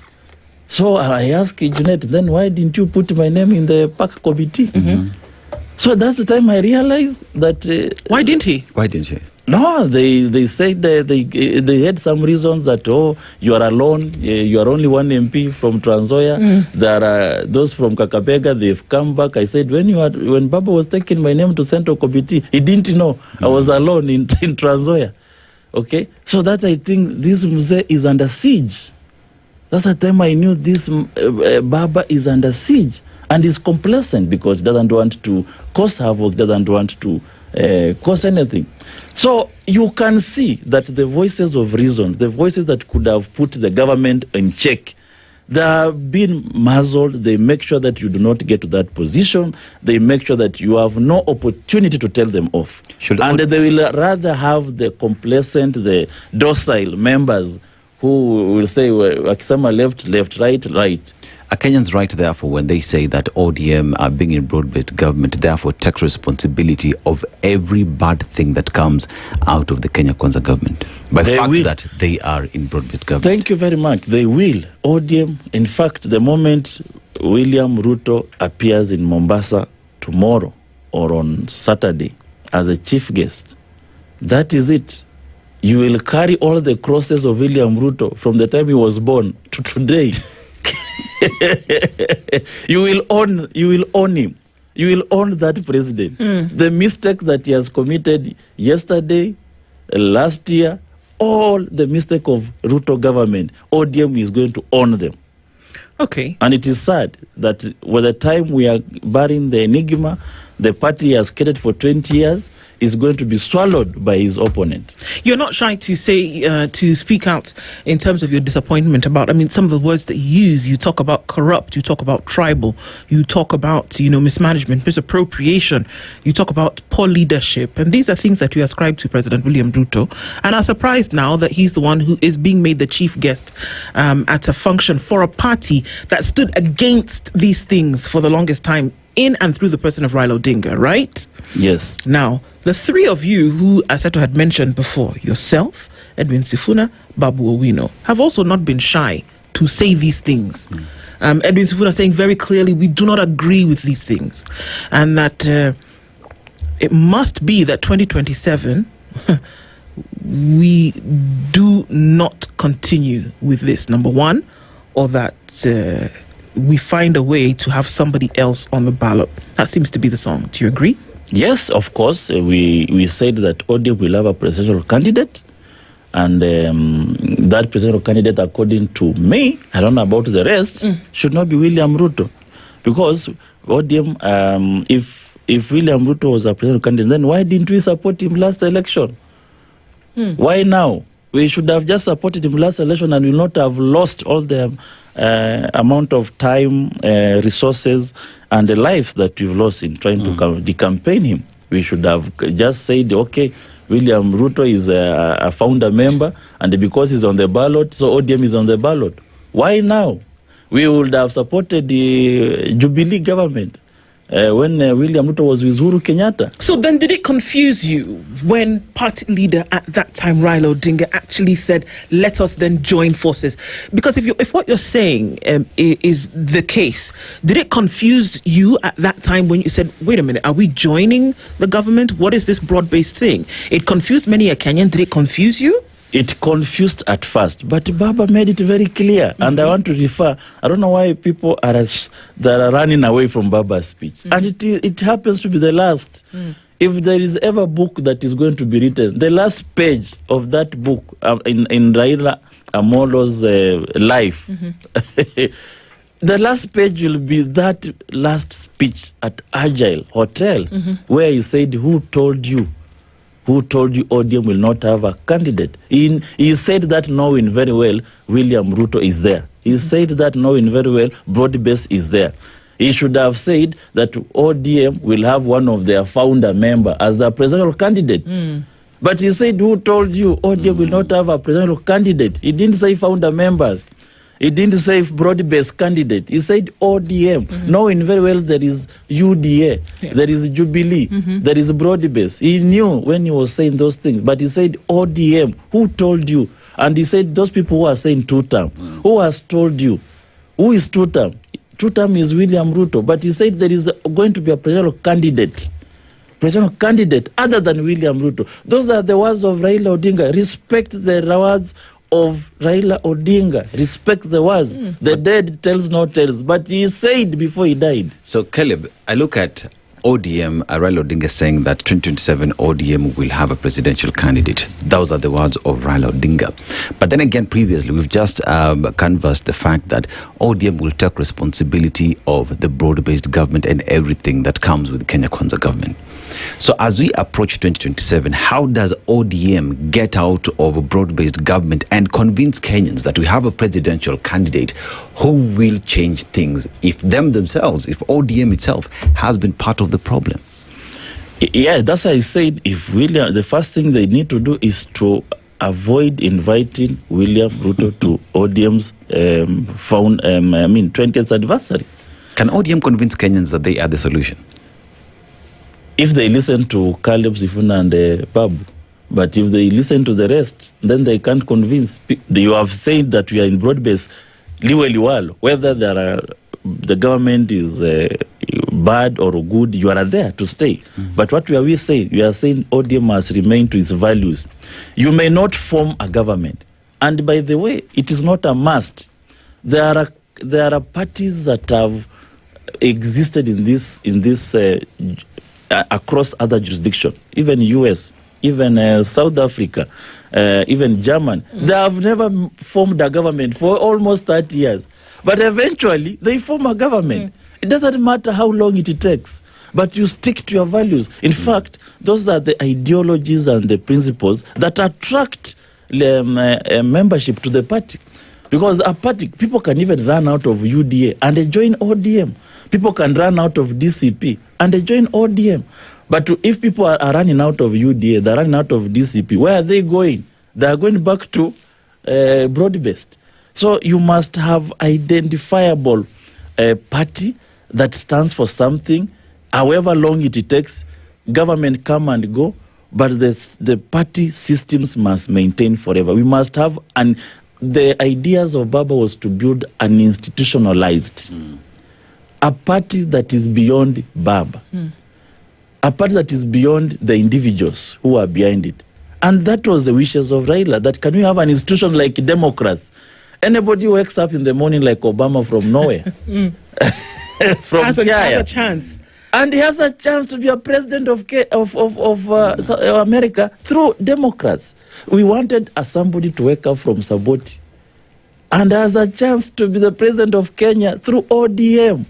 That is the system and the institution that Baba created.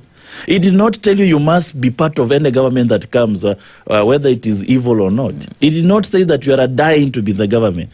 Him himself has sacrificed. In fact, he was supposed to be a president during that 2002 post-election violence, but he sacrificed. That means to him, being a president was not the ultimate goal. Being in government was not the ultimate goal. But the ultimate goal and the reason why he formed the party, and he wanted it to be an institution that bears some level of principles, ideas, ideologies, that stands for good governance, that stands for this and this, that institutions that will carry the hopes and aspirations of the young people forever.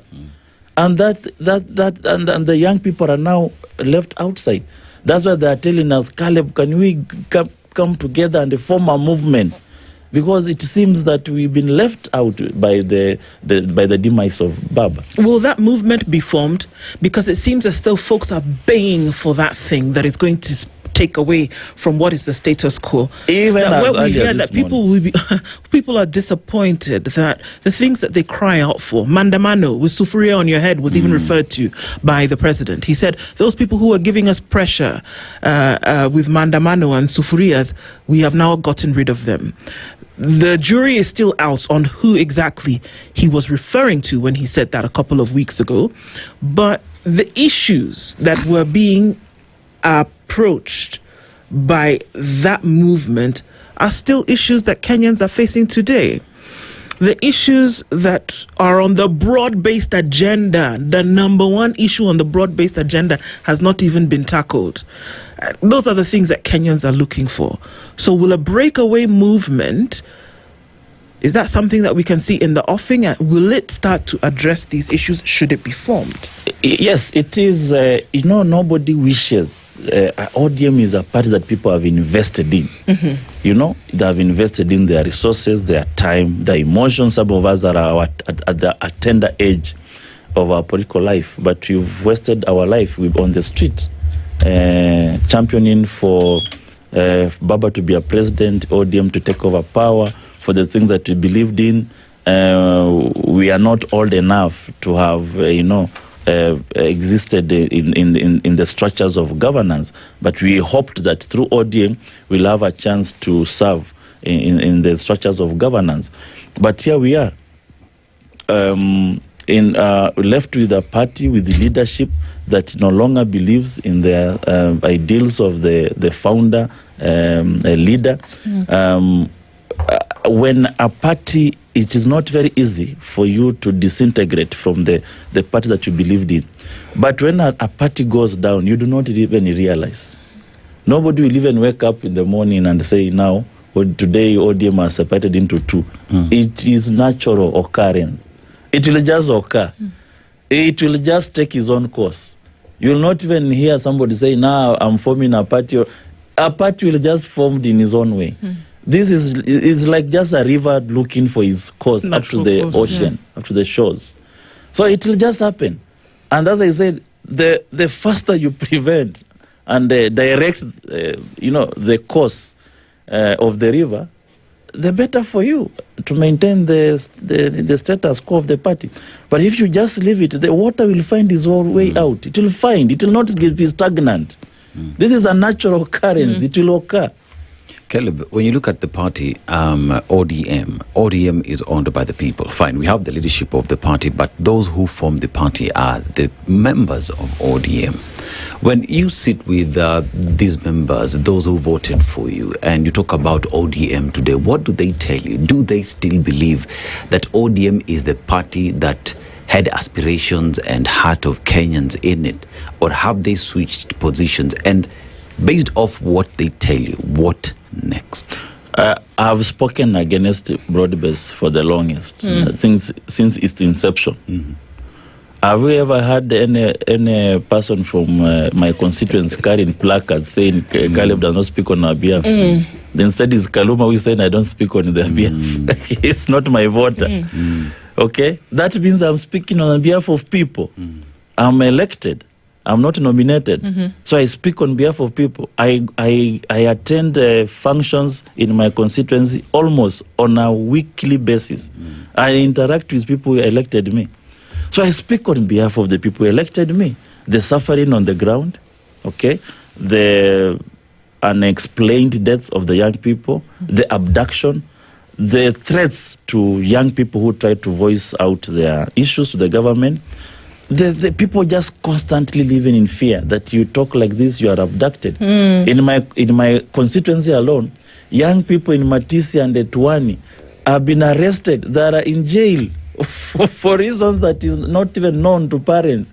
I get parents' messages every day that tusaidia tutoe kijana, tusaidia kidogo, because I'm the only person they can run to.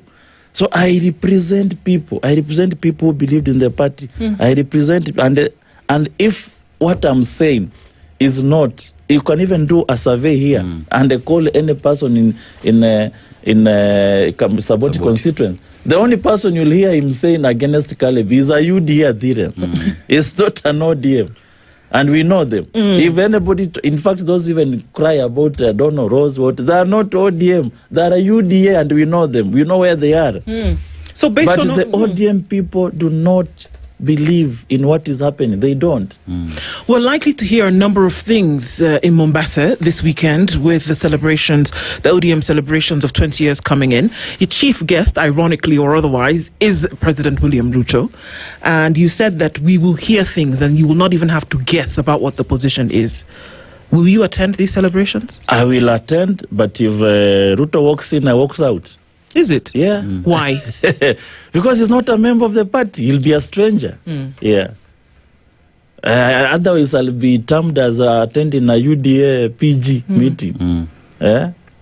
Because he will also say things that are not the stand of ODM. What will you do? And you are there. And they said, the people will tell me, but Caleb, you are there. We saw you. You were supporting You are supporting it. So he walks in, I walks out. Whose decision would it have been then to make a party leader of a different party a chief guest at an ODM celebration with all these intrigues and intricacies that we've discussed about this morning? They should have even had, people who have same charisma, same maybe status in terms of the iconic figure of Raila Odinga in the international space. They could even our very own, the old man, Olusegun Obasanjo. These are people that have toiled with Raila.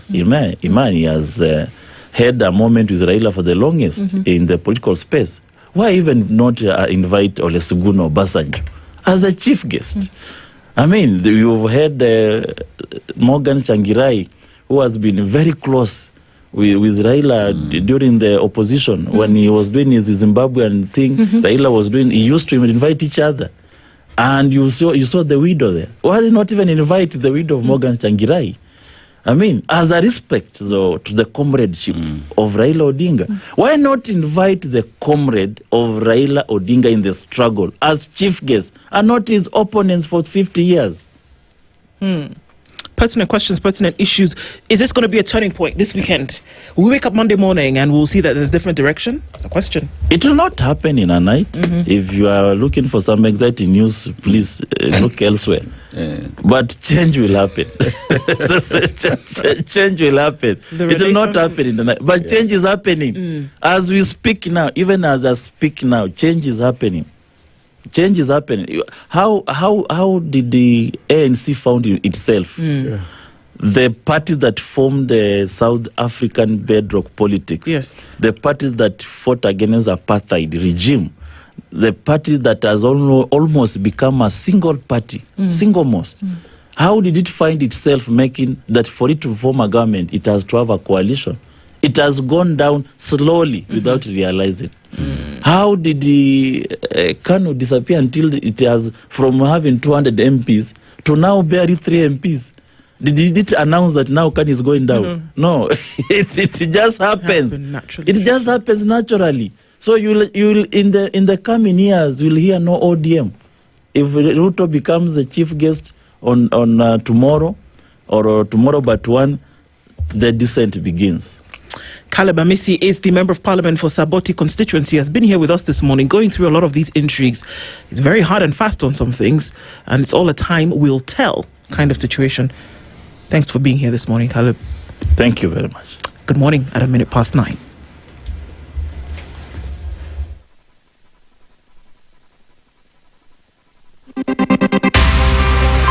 It is now 9 a.m. with ICEA Lion. Insurance and investment made simple for people like you, courtesy of ICEA Lion. The latest news from around the world. 94.4 Spice FM.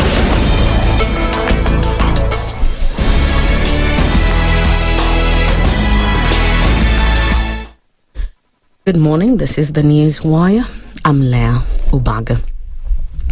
President William Ruto's tour of Ukambani enters its second day today as he visits Kitui County. This morning, the president is expected to officially open the Ithokwe Sports Complex and the Ithokwe Mini Airport. Makueni MP Susan Kiamba has weighed in on the matter, saying they are ready to support whatever is needed. Kila mtu ameumbwa na sura ya Mungu, hata awe bubu, ana kitu iko ndani yake. Hii maneno ya kusema sisi tukiwa opposition ni bure kabisa, sipendi. This is a masters. Yule Susan mnaona hapa, huyu Susan ni masters order. Kwa hivyo wakati tunafanya siasa, give us space, let us grow with respect. Mama, ni hawa watu walisema wale watu ndio hawana akili, hawana mpango. Ama wale majamaa wako na mpango? Wako na sera? Wako na agenda? Akili wako naye? Sasa unajua sasa. In Isiolo South MP Mohammed Tubi Bidu, who died yesterday while receiving treatment at a Nairobi hospital, will be buried today in Isiolo town after the Islamic noon prayer at 1 p.m. The burial will follow Islamic customs, which require intermittent within 24 hours of death. Leaders expected to attend include cabinet secretaries, governors and MPs, particularly from northern Kenya. Tension gripped Kasipul on Wednesday after armed youths attacked detectives during a raid for murder suspects, leaving 3 DCI officers injured and 5 suspects on the run just days before the constituency's by-election. The officers, led by Rachonyo South DCI boss Daniel Muhuhi, were ambushed at the homestead of the late former MP Ongondo Were in Kachien village. A mob of over 100 youth stormed the scene, overpowered the officers and freed the arrested suspects. One escaped while still in handcuffs. The injured officers were treated at Rachonyo South Sub-County Hospital as police launched a manhunt for the fugitives and those behind the attack. And finally, the Kitui County Judiciary has expressed concern over the rising cases of child sexual abuse. Chief Magistrate David Mburu says the county records about 100 such cases each year and is urging the community to work together to curb the trend. From last year, I can say that, yes, we fast-tracked the cases that were there at that time and we closed many of them. But we have continued to see an increase in cases involving children, especially cases in the nature of defilement. On average, for the last 4 years, we have been registering about 100 cases in our station here in Kitui. And as of last week, we had about 80 defilement cases already registered, which means that we need to continue sensitizing members of the public because they are the same people that commit these offenses against our children. So I wouldn't say that there has been a decrease in the number of defilement cases or cases involving children generally. I think people have a long way to go. That's the News Wire. I'm Leo Baga, and remember to continue enjoying the APL marches across our radio stations. That is Birur, Radio Maisha, and right here on SpiceFM.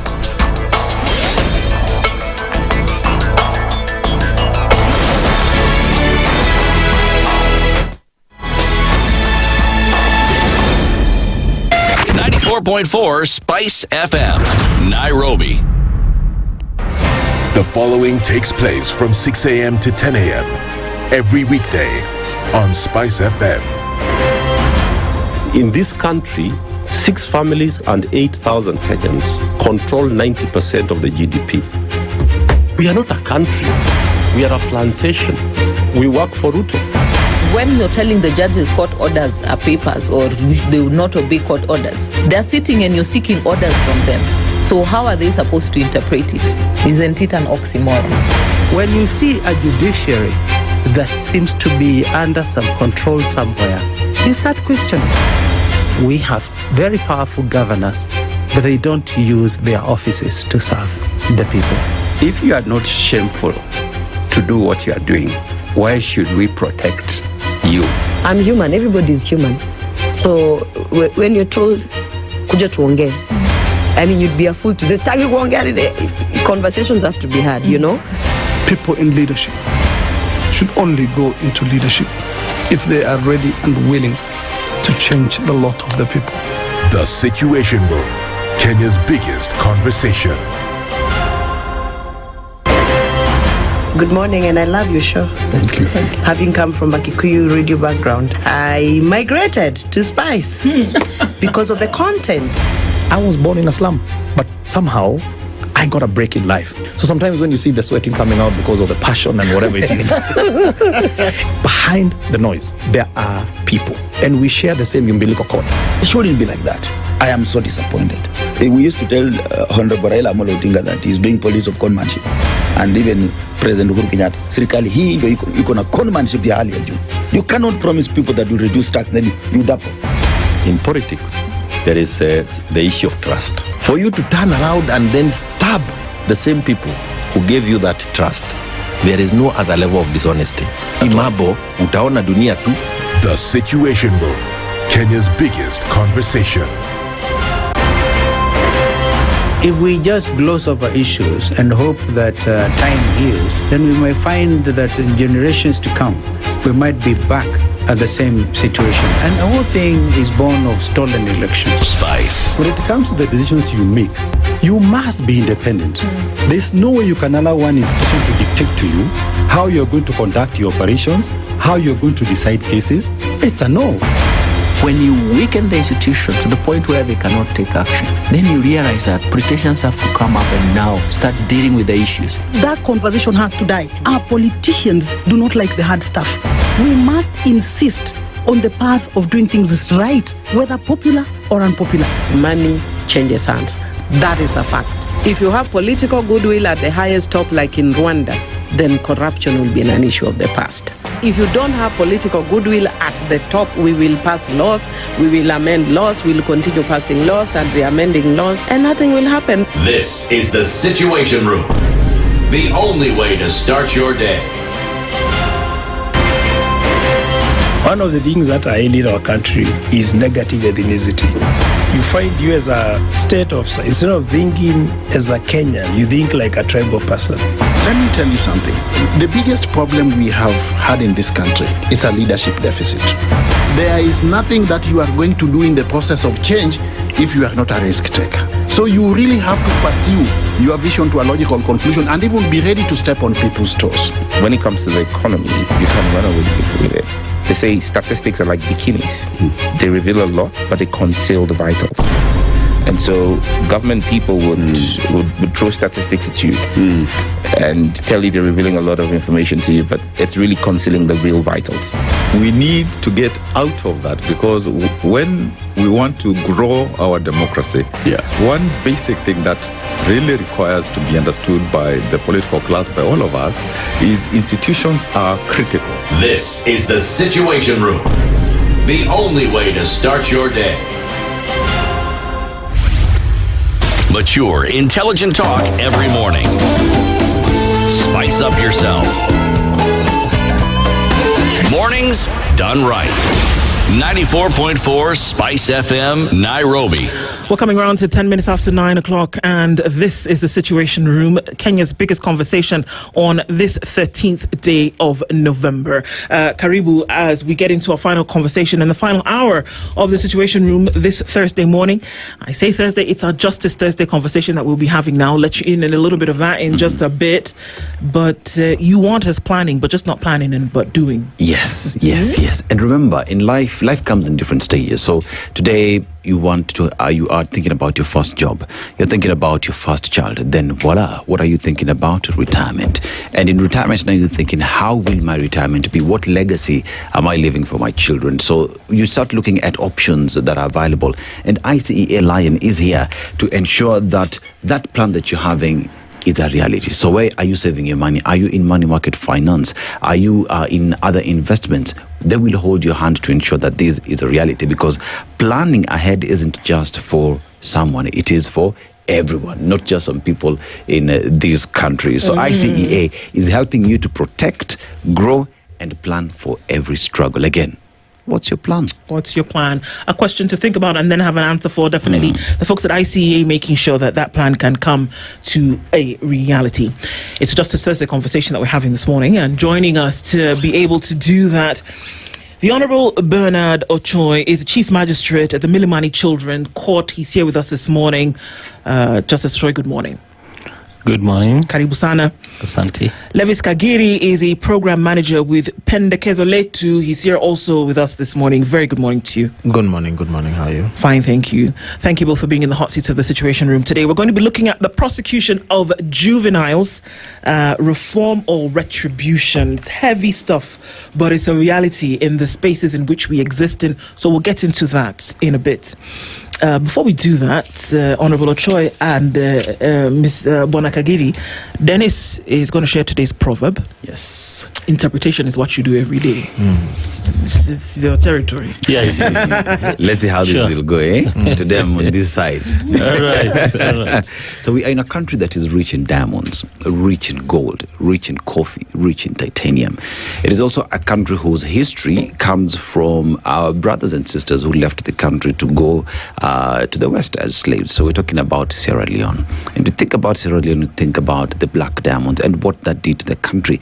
But reforms in the country have made it easier for the country to benefit from all the resources that they have today. But let's go to the proverb, eh? If you close your eyes to facts, you will learn through accidents. If you close your eyes to facts, you will learn through accidents. How will you interpret it?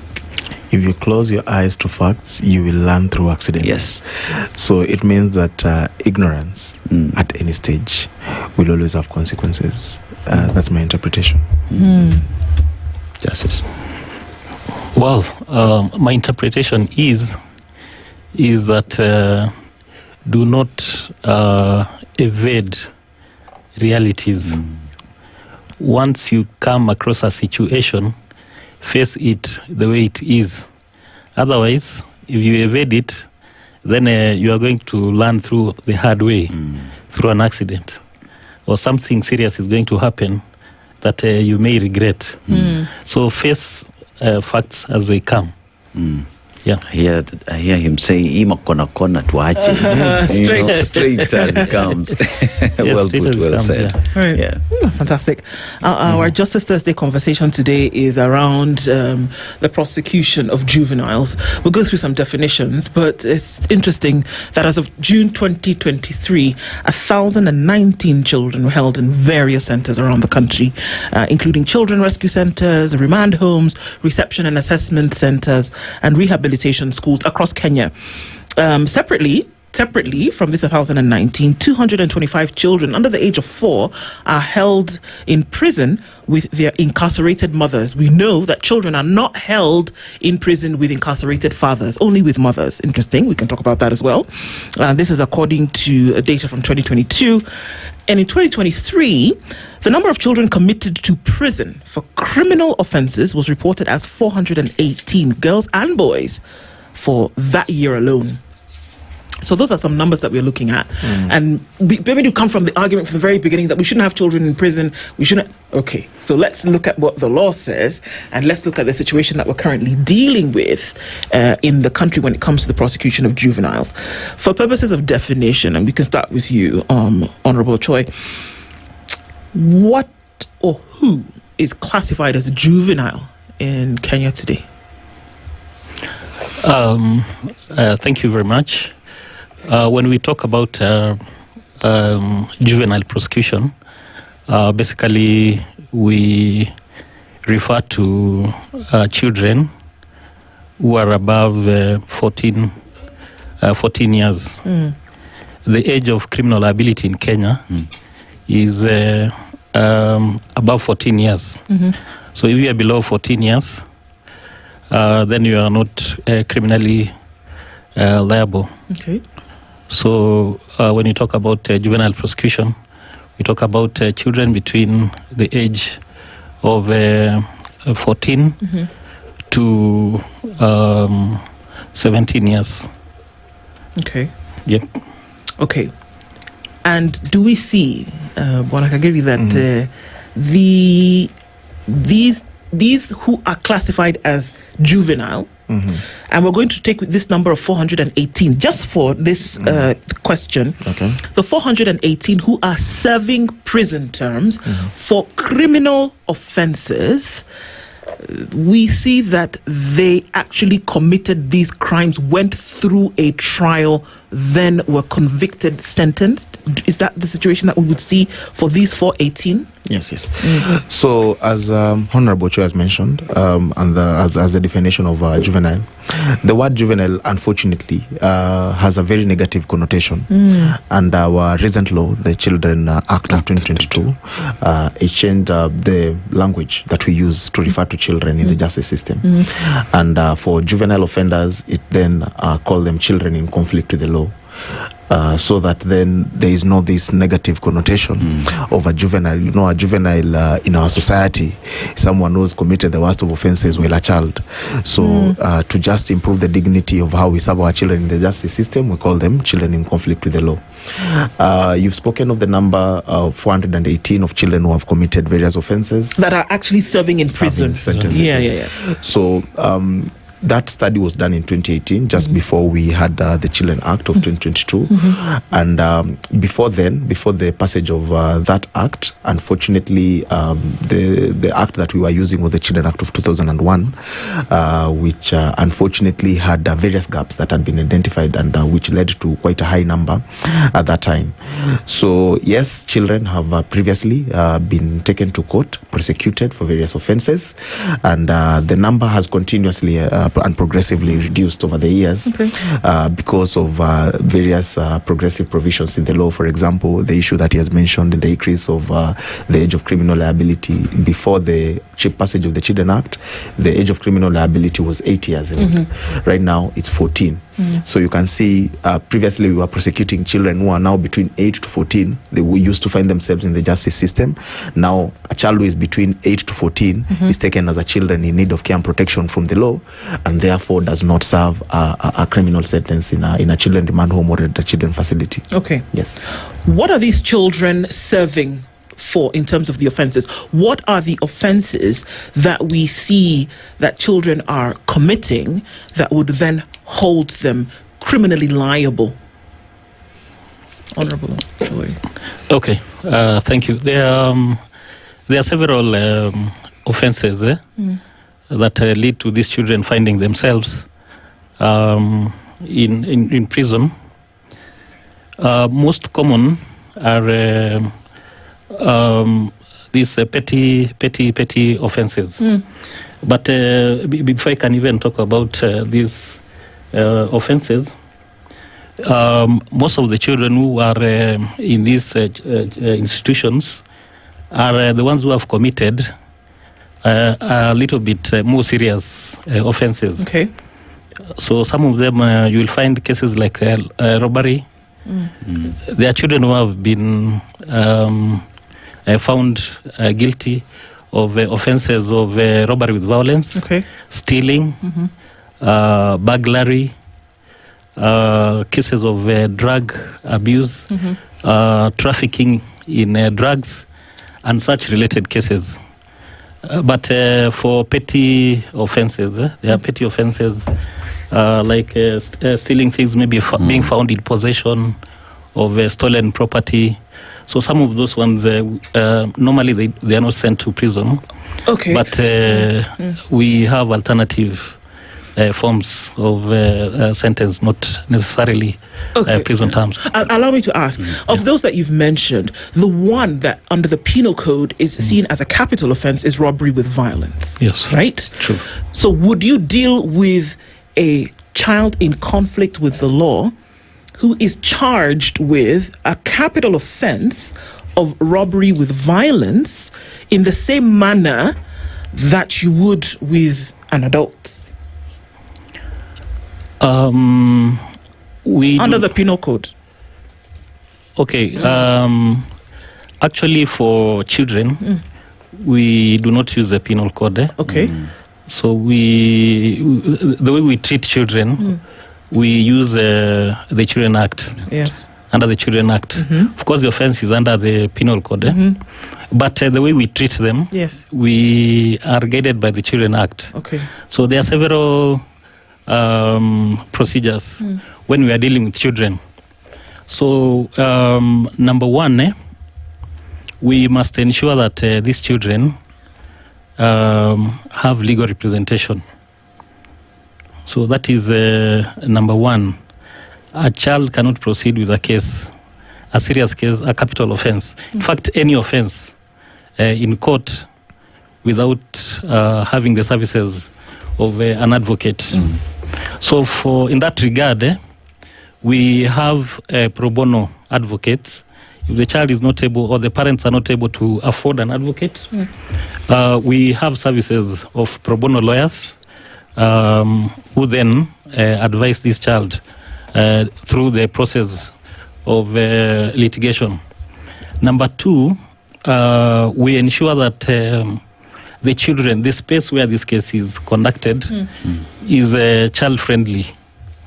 The courts where we conduct these matters, they are child-friendly. We ensure that these children are protected. The matter is done in privacy. It is not reported.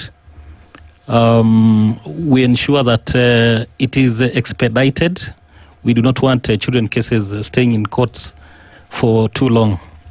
So those are some of the measures that we take to ensure that the manner we deal with these cases is not the same as the cases that we against adults.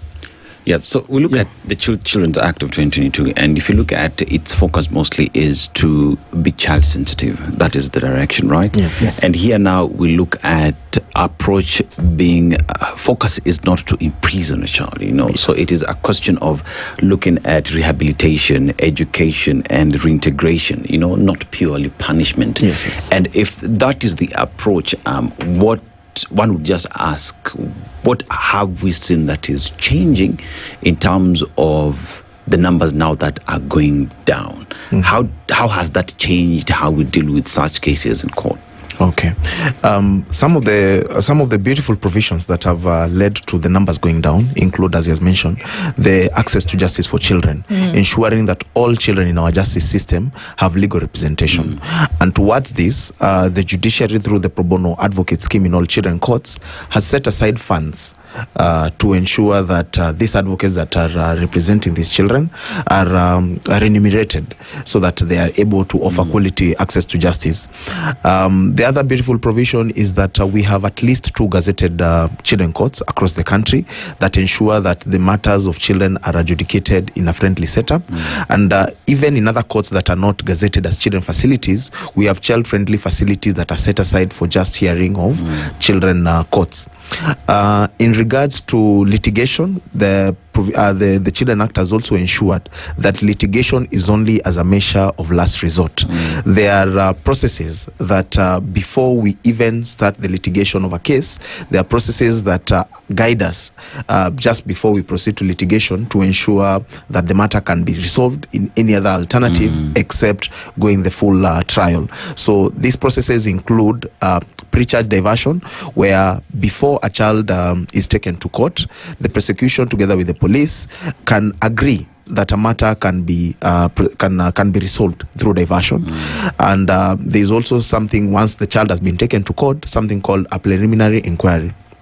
So the preliminary inquiry is supposed to guide the court on the nature of the offense, the circumstances leading to the commission of the offense by this child, and what is the best alternative to resolve this matter other than the court.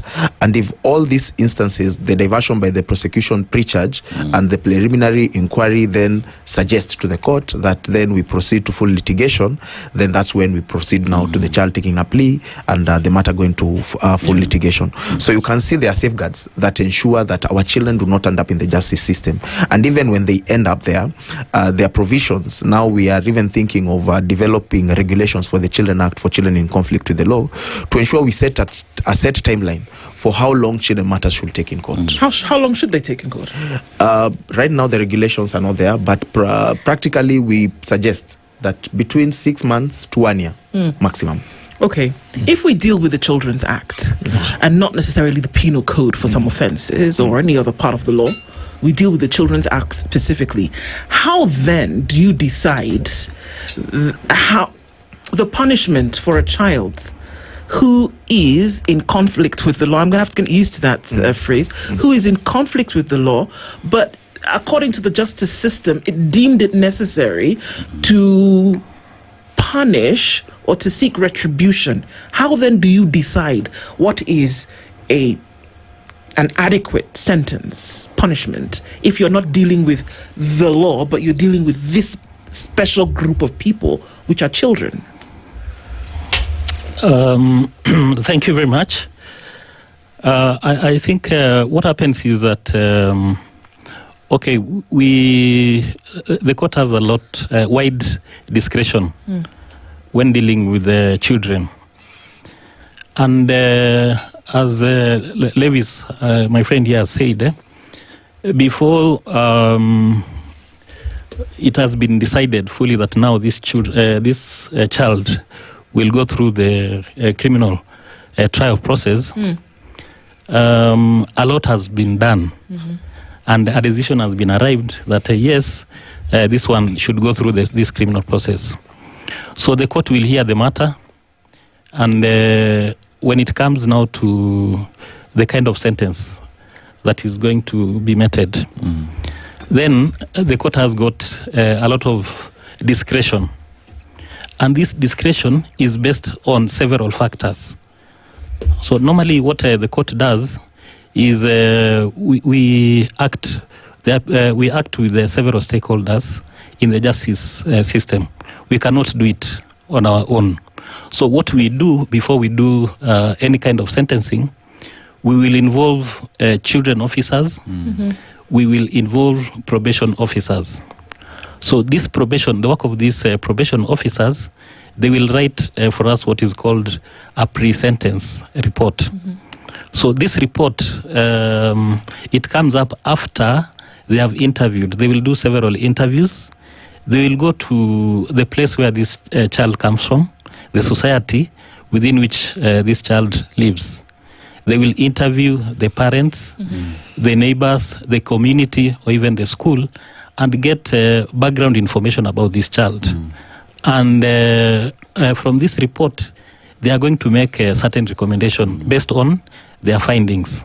So probably you'll find that this child committed this offense not because maybe they wanted to commit it, but there are underlying factors that led to commission of this offense. For instance, this child probably was not able to get food, and the only way to do that was maybe to steal something from somewhere. Or this child is in a place where he or she is exposed to a lot of crime. So you find early exposure to crime. So once we read these reports, we are able now to decide what kind of sentence to pass against this offender. So in most cases, there are several kinds of sentences that we meet, depending on, of course, on the situation. Some of them include probation. You can do actually a probation sentence. So you sentence someone to probation. So that means for a period, maybe 1 year, 6 months, without committing an offense, conditional, that within this period, do not commit a similar offense. But if you commit an offense, a similar offense, then a serious sentence is going to be meted. You can send this person for community service. You can even reprimand, as simple as actually even reprimanding. The law even provides sending this child to the community or a parental guidance. So there are several options that the court has. So it actually depends really on the particular circumstances leading to the commission of that offense. You've talked about when you're going through the judicial process, there is need of looking at the background. And the reason why I zero in on looking at the background is because there's a paper I was reading, I'll just quote, that many juvenile offenders come from vulnerable backgrounds, poverty, broken families, informal settlements. For example, informal settlements were identified as crime hotspots for juvenile offenders. There's a report that is out there.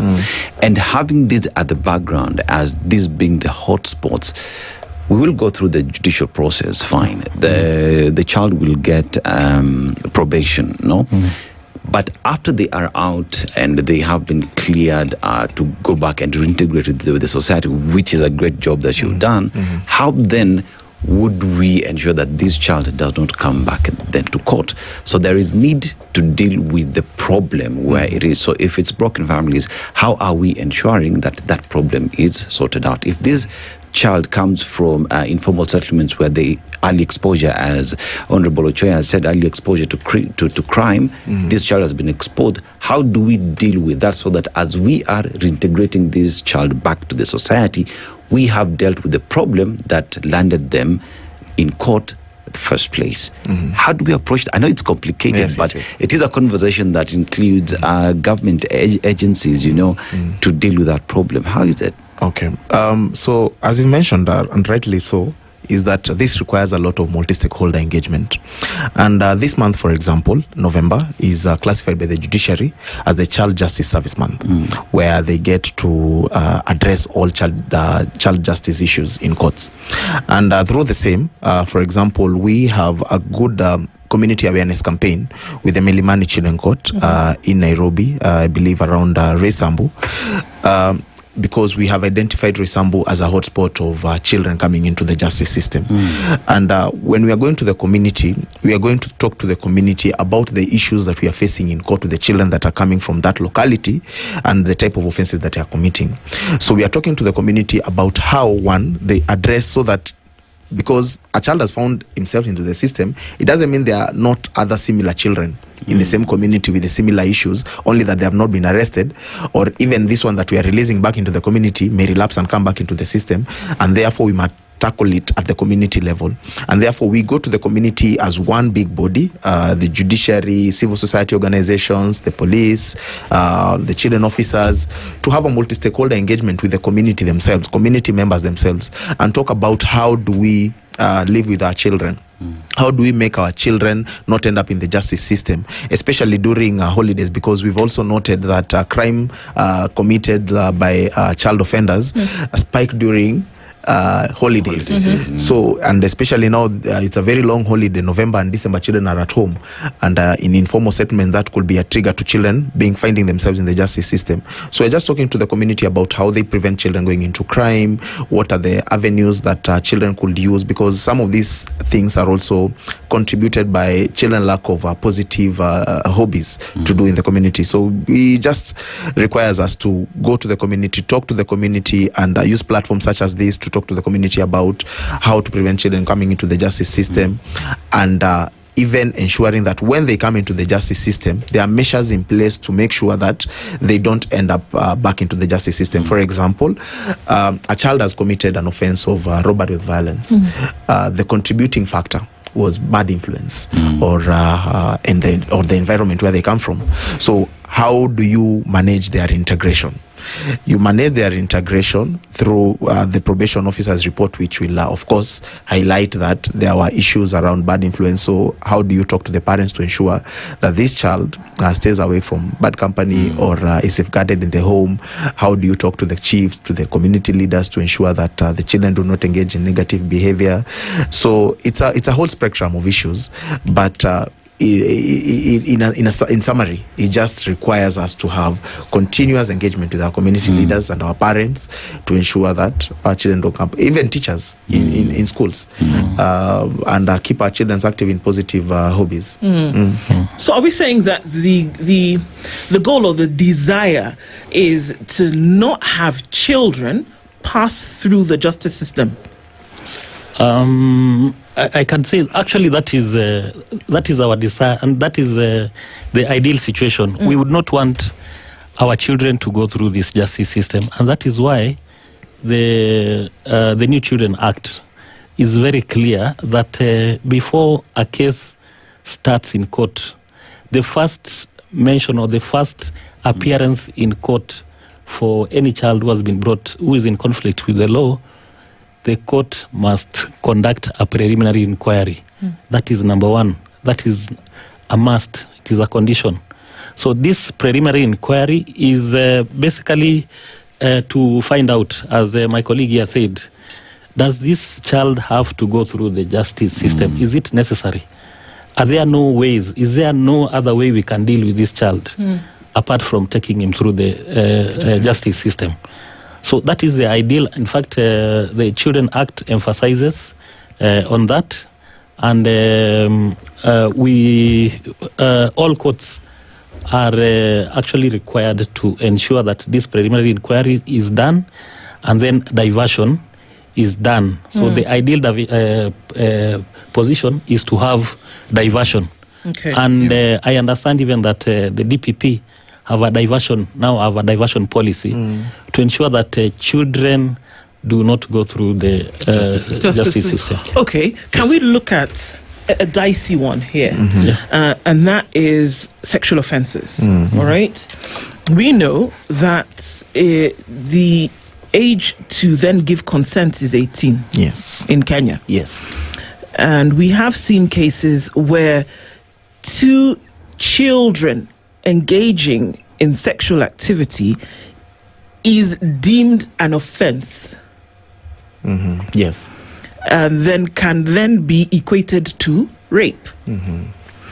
If both of them are under the age of 18 where they can give consent, we have actually seen where in some cases the male child is then accused of having committed a sexual offense. How does that work in today's system, whereby we have many cases of this happening, where some have gone through this, pre or outside of the court settlement kind of thing, where families have spoken to one another? Justice Odunga, in that landmark, ruling or pronouncement, said a number of things about what he would like to see happen. But the minimum sentence in this case is 10 years for a child even. How do we deal with that, with all of this that we've spoken about so far? Okay. So you've brought up a very interesting and a juicy issue. So in our communities today, the reality is that our teenagers and adolescents, some of them are engaging in sexual activities. Yes. That is the reality that we are living in today's world. But our law tells us that the age of sexual consent is 18 years. Yes. But our children are still engaging in sexual activities. How do we deal with this issue?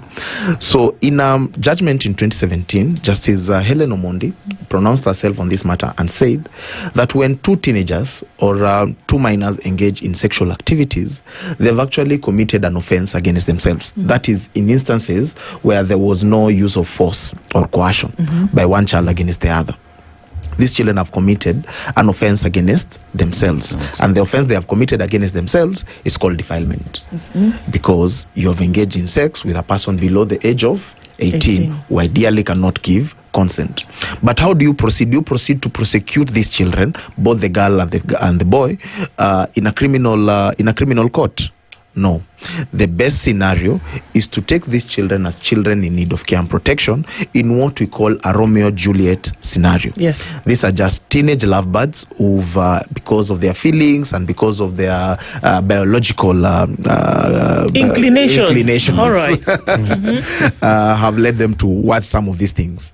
And therefore, by them being taken as children in need of care and protection, the court then can then direct them and recommend that these children be taken through a comprehensive sexual education counseling, so that they understand why it is an offense for you to engage in sexual activities before the age of 18. Where you can give consent. Yes. So instead of charging them now in a criminal court, you take them through an alternative, which is a protection and care case, where the court then puts certain minimum requirements for a children officer to be able to follow up on these children to ensure that they actually attend these comprehensive sexual education counseling classes and give a report back to the court that these children have actually been attending and they have been noted progress. And these are only for first-time offenders. For second-time offenders, then the court then takes a harder stance that now we gave you an opportunity when you were first brought to this court and we told you that it is wrong for you to engage in sex before the age of 18, but it has been reported that you have been brought here a second time, a third time, and therefore we must now proceed with this as a criminal charge. Okay. I look at a situation where, in terms of repeat offenders, so here's a question where first time I've gone through the court process, gone through probation, reintegrated back to the society. And then a little bit later, a second case again happened. And at that point, how does the court handle that? You said it's a harder stance on that. What does a hard stance mean in the court of law? Okay. This is basically we are talking about a repeat offender. So what does that mean? That means the initial sentence, the purpose of the initial sentence, for instance, if it was meant to reform. So that means that the purpose was not achieved. So when the person is brought again now to court, can you meet the same sentence once again? I think you cannot, because what you did at the first instance did not achieve its goal. So now you give an alternative sentence, which is a little bit higher than the first sentence, right? So if, for instance, he says maybe they were sent out under the care of a probation officer, under probation, but they repeated. Now the next one, you don't give a sentence of probation. You can give an alternative sentence, maybe a fine or community service, kind of work, some community service. So at least to feel that, yes, indeed, I think what I did is wrong, and I don't want to repeat this offense again. Where do we see most cases? There's a question that has just been asked in terms of juvenile cases that we see, rural versus urban. Where do we see most cases, and why would that be the case? Mostly in our urban areas. If you check the numbers of crimes in Nairobi, Mombasa, Eldoret, Nakuru, many of our major urban centers is where most of our children are engaged, are caught up in criminal acts. In rural settings, I don't know whether it's an issue of underreporting or lack of systems, but mostly it's in our urban areas. What kind of support systems then are in place? Because we do know that the judicial system or process works, with many friends of the court, as it were, right? So you talk about community service, you talk about psychological training and or counseling and things like that. We know also that because of the Children's Act, you have homes, you have places, and you have practitioners. How is that system supported through the judicial process, whereby we're saying, okay, well, this is not a child who needs to be locked up in a remand center for the next 10 years. This is somebody who maybe needs some attention.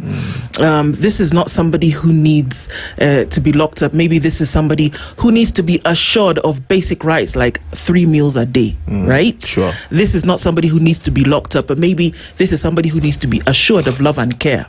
When we talk about them like they're foreign ideas, but these are children. Yes.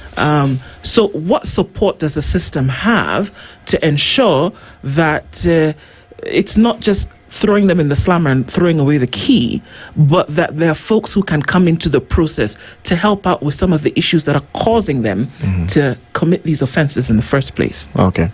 So, for example, myself, I work for an organization called Pendekezo Letu.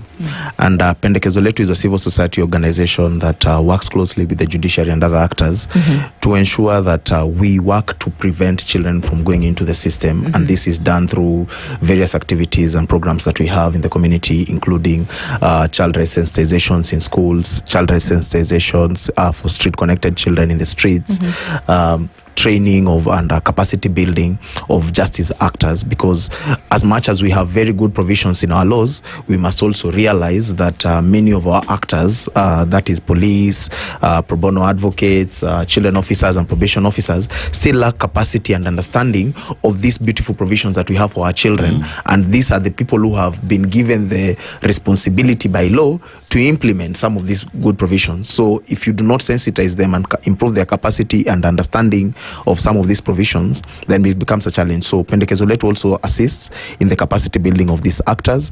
As I had mentioned earlier, we are also supporting a community awareness campaign, and this is not our first time we are doing this. We had a very beautiful launch for the Service Month in Mathare, just to go and take the practitioners out of the court system and engage with these children in their localities and get direct questions from the children and the community about their lived realities on the ground, about police harassment, about lack of proper structures at police stations to hold children. Because when you go to most of our police stations in our informal settlements, they're not friendly to our children. Children are still being put in adult cells.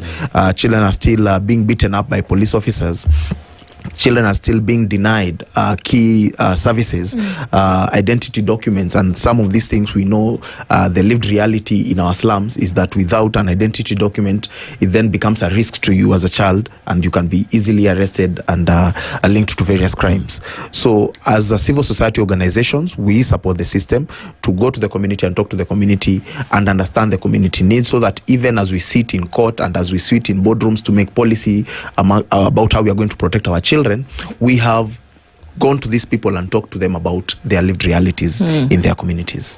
What are the challenges that you face, Honorable Ochoy, when dealing with these cases that come through, and where does judicial discretion play in all of this? When we talk about challenges, especially in children cases, one of the major challenges we still face is the fact that even though we are now talking about diversion, we still find that I think there is lack of awareness, as he has talked about. There are people who do not understand that these are children and we need to treat them differently. So there are many people who come to court and insist that we want these children go through the justice system. They do not understand that the children should be treated differently. One other thing is, I think even the stakeholders in the justice system, not all of them have embraced this fact that children need to go through diversion. So you will find that in some cases, even when handling these children when they are arrested, you may find children being arrested alongside adults. Sometimes they are taken to police stations and kept in adult cells. Sometimes they are kept in police stations for too long before being presented in court. And sometimes when they are brought to court, one other challenge is maybe finding advocates to represent them. So that process sometimes is not seamless. It may take some time to identify an advocate to represent this child. So you may find this child now maybe spending in custody for some time before getting this advocate. Another challenge basically sometimes is when this maybe child is brought before the court, getting that background information. Where does this child come from? Because we have said we need to understand the background of this child so that you decide on how to pursue the case. So sometimes like the children who are found in the streets, so sometimes it is not easy to get their background information to enable us now to give appropriate directions on how to deal with this child. Honorable Choi, I want to look at a situation where it's only 14 years and 18 who can appear in court. But I'm looking at a case where, assuming it's a matter that has been committed by a child who is below the age of 14, and clearly you look at it and it's a serious matter that needs the court's attention, or it needs to be addressed by someone. And say it's a parent who's brought this matter in court or has come for advice. How do you approach that? How do you have this conversation? Because one would say, regardless of what has happened, this is a crime that needs to be addressed. How do you go about that? And then when you talk about challenges that you face, we know infrastructure is a problem. And even when the Act 2022 was coming up, one would have hoped that with this Act being in place, infrastructure and other supporting mechanisms would have been put in place. And you talk about street children, whenever they're picked, I remember it was around 2021 when street children were picked in Nairobi and they were dropped in cells, How do you go about these issues to just ensure that justice is dispensed as enshrined in law? Okay, thank you. In regard to acts committed by children who are under 14 years, so the act says that between 12 and 14, the circumstances surrounding that case can be brought before the judicial officer and may interrogate the circumstances. And if the judicial officer is convinced that, depending on the circumstances, that the child understood or understands what was happening, then the provision, the child actually can also go through this system between 12 and 14.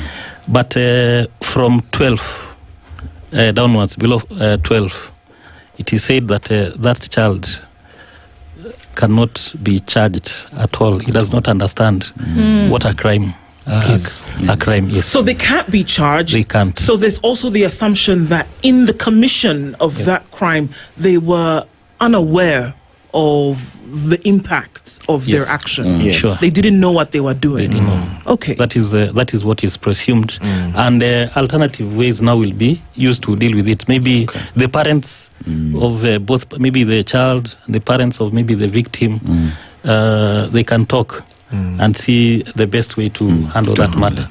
But not through any justice system. And additionally, the Act also allows for opening of a protection and care file for such cases. So, for example, a 9-year-old has committed the offense of murder, but they cannot be taken to court. And this is a lived reality because we had one case that was in the news. A child was 9 years, stabbed another one, and this led to the death of that child. So what can happen in that instance, because you cannot open a criminal file, you open a protection and care file, which then addresses these other surrounding circumstances. What led to this offense? What are the needs of the victim's family? How do we ensure that this child is protected? Because leaving this child in that community is also a risk to this child who committed this offense. So how do you address all these needs? And therefore the protection and care file, because it's opened by the prosecution in a close collaboration with the children office, takes consideration of all those surrounding social factors. Okay. So if that's the case, then do we have any children in remand centers? And I don't even know if we still call them remand centers, approved schools, who are under the age of 14, one, and then what are approved schools, remand centers? Where are these children? And are there children who are in adult prisons like that? So the Children Act only recognizes 3 institutions. A children remand home, that is a place where children above the age of 18 who have been charged with criminal offenses are placed. There's a children rehabilitation facility or a children rehabilitation center where children who have been taken through various processes, probably a protection and care file or a criminal file, and the final decision of the court has been that these children need some form of behavioral rehabilitation, and they're taken to a rehabilitation center. The other one is Children Boston Institution. A Boston Institution is now higher than a rehabilitation center. It's like a minor prison where it focuses on more correction than punishment, but for more serious offenses, for crimes for a child who has been committed for a sentence of more than 4 months. Who are the custodians in these centers?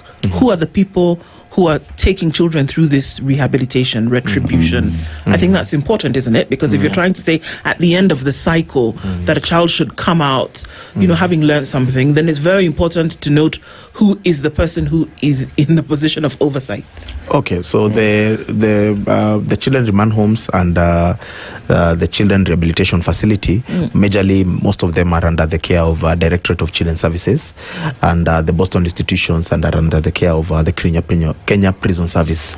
And majorly, as I've said, it focuses on rehabilitation, and most of the officers in these facilities have been trained by civil society organizations, by state, on rehabilitative processes of handling children in conflict with the law rather than punishment, so that we do not end up with a child who is in a Boston institution which is under the care of a Kenya Prison Service officer who was previously in committee and is dealing with a child like we will deal with a prisoner at committee maximum prison. So there has to be some sort of special training on how to handle the rehabilitation process of such children. Just to Choi, like infrastructure, as I asked before, continues to be a problem. So not just in children courts, even in the centers that you talk about, continues to be a problem. And this then would come into the National Treasury, national government, and allocation of funds to be able to address this.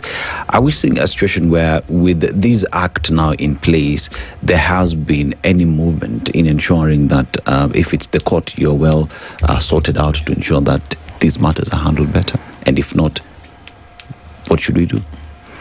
Thank you very much. And I think that brings me even to the theme of this month's Children's Service Month. One of them is increasing funding to combat child abuse. So when we talk about funding against child abuse, we basically are advocating for funding, and funding from government. Of course, the judiciary has always been asking for more funding, and also even our stakeholders, the people whom we collaborate with in the criminal justice system, in order to increase funding. We are happy to work with many groups, like their group, for instance. There are several activities that they conduct, like the awareness. So there is a lot of funds that they put into some of these activities. So it is not only from government, but funding also from other institutions, well-wishers who can work with the courts. And additionally, to ensure sustainability of these programs, as you mentioned, the Children Act had a lot of good provisions on improvement of infrastructure, but the unfortunate thing is that it did not come with an implementation framework, which I would then have directed budgeting to some of these things. But progressively, we've seen an increase and improvement of the allocation of resources towards some of those things. For example, we did not have a specialized child protection unit in the police service. I understand that now we have one, and probably over the next financial year, we are going to see them spread out in most of our police stations. I can also say that in many of our police stations here in Nairobi, because that's majorly my area of practice, also we've seen that many of them have set aside some special place where they hold children. So we are seeing some improvements. Of course, it's slow, but we are seeing improvements. And actually, even to add, even on that, initially I'd said we have only 2 children courts in Kenya, Milimani and one in Tononoka, Mombasa. But the intention is that every county is going to have a children court specifically dealing with children matters. There you go. That is the intention, And that's progression. Our Justice Thursday conversation today has been around prosecuting children in conflict with the law, and then just looking into how this is handled. And of course, things that we didn't know, we've learned today, then continuing to push for progressive ways of dealing with these issues. The Honourable Bernard Ochoi is the Chief Magistrate at the Milimani Children's Court. He's in the company of Levis Kagiri, who is a Program Manager, Pendekezo Letu Thank you both for being here this Justice Thursday. Asante sana. Thank you for joining us in that conversation. And thank you all for being part of the Situation Room this morning as we interrogated a number of issues today and to push forth on this discourse. We're talking again tomorrow, God willing. Have a wonderful Thursday. It's 10 a.m. News from around the world. 94.4 Spice FM.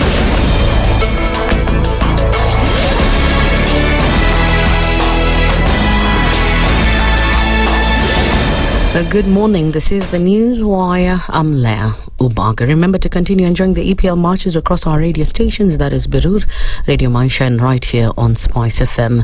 TB remains the world's leading infectious killer, claiming an estimated 1.23 million lives last year. The UN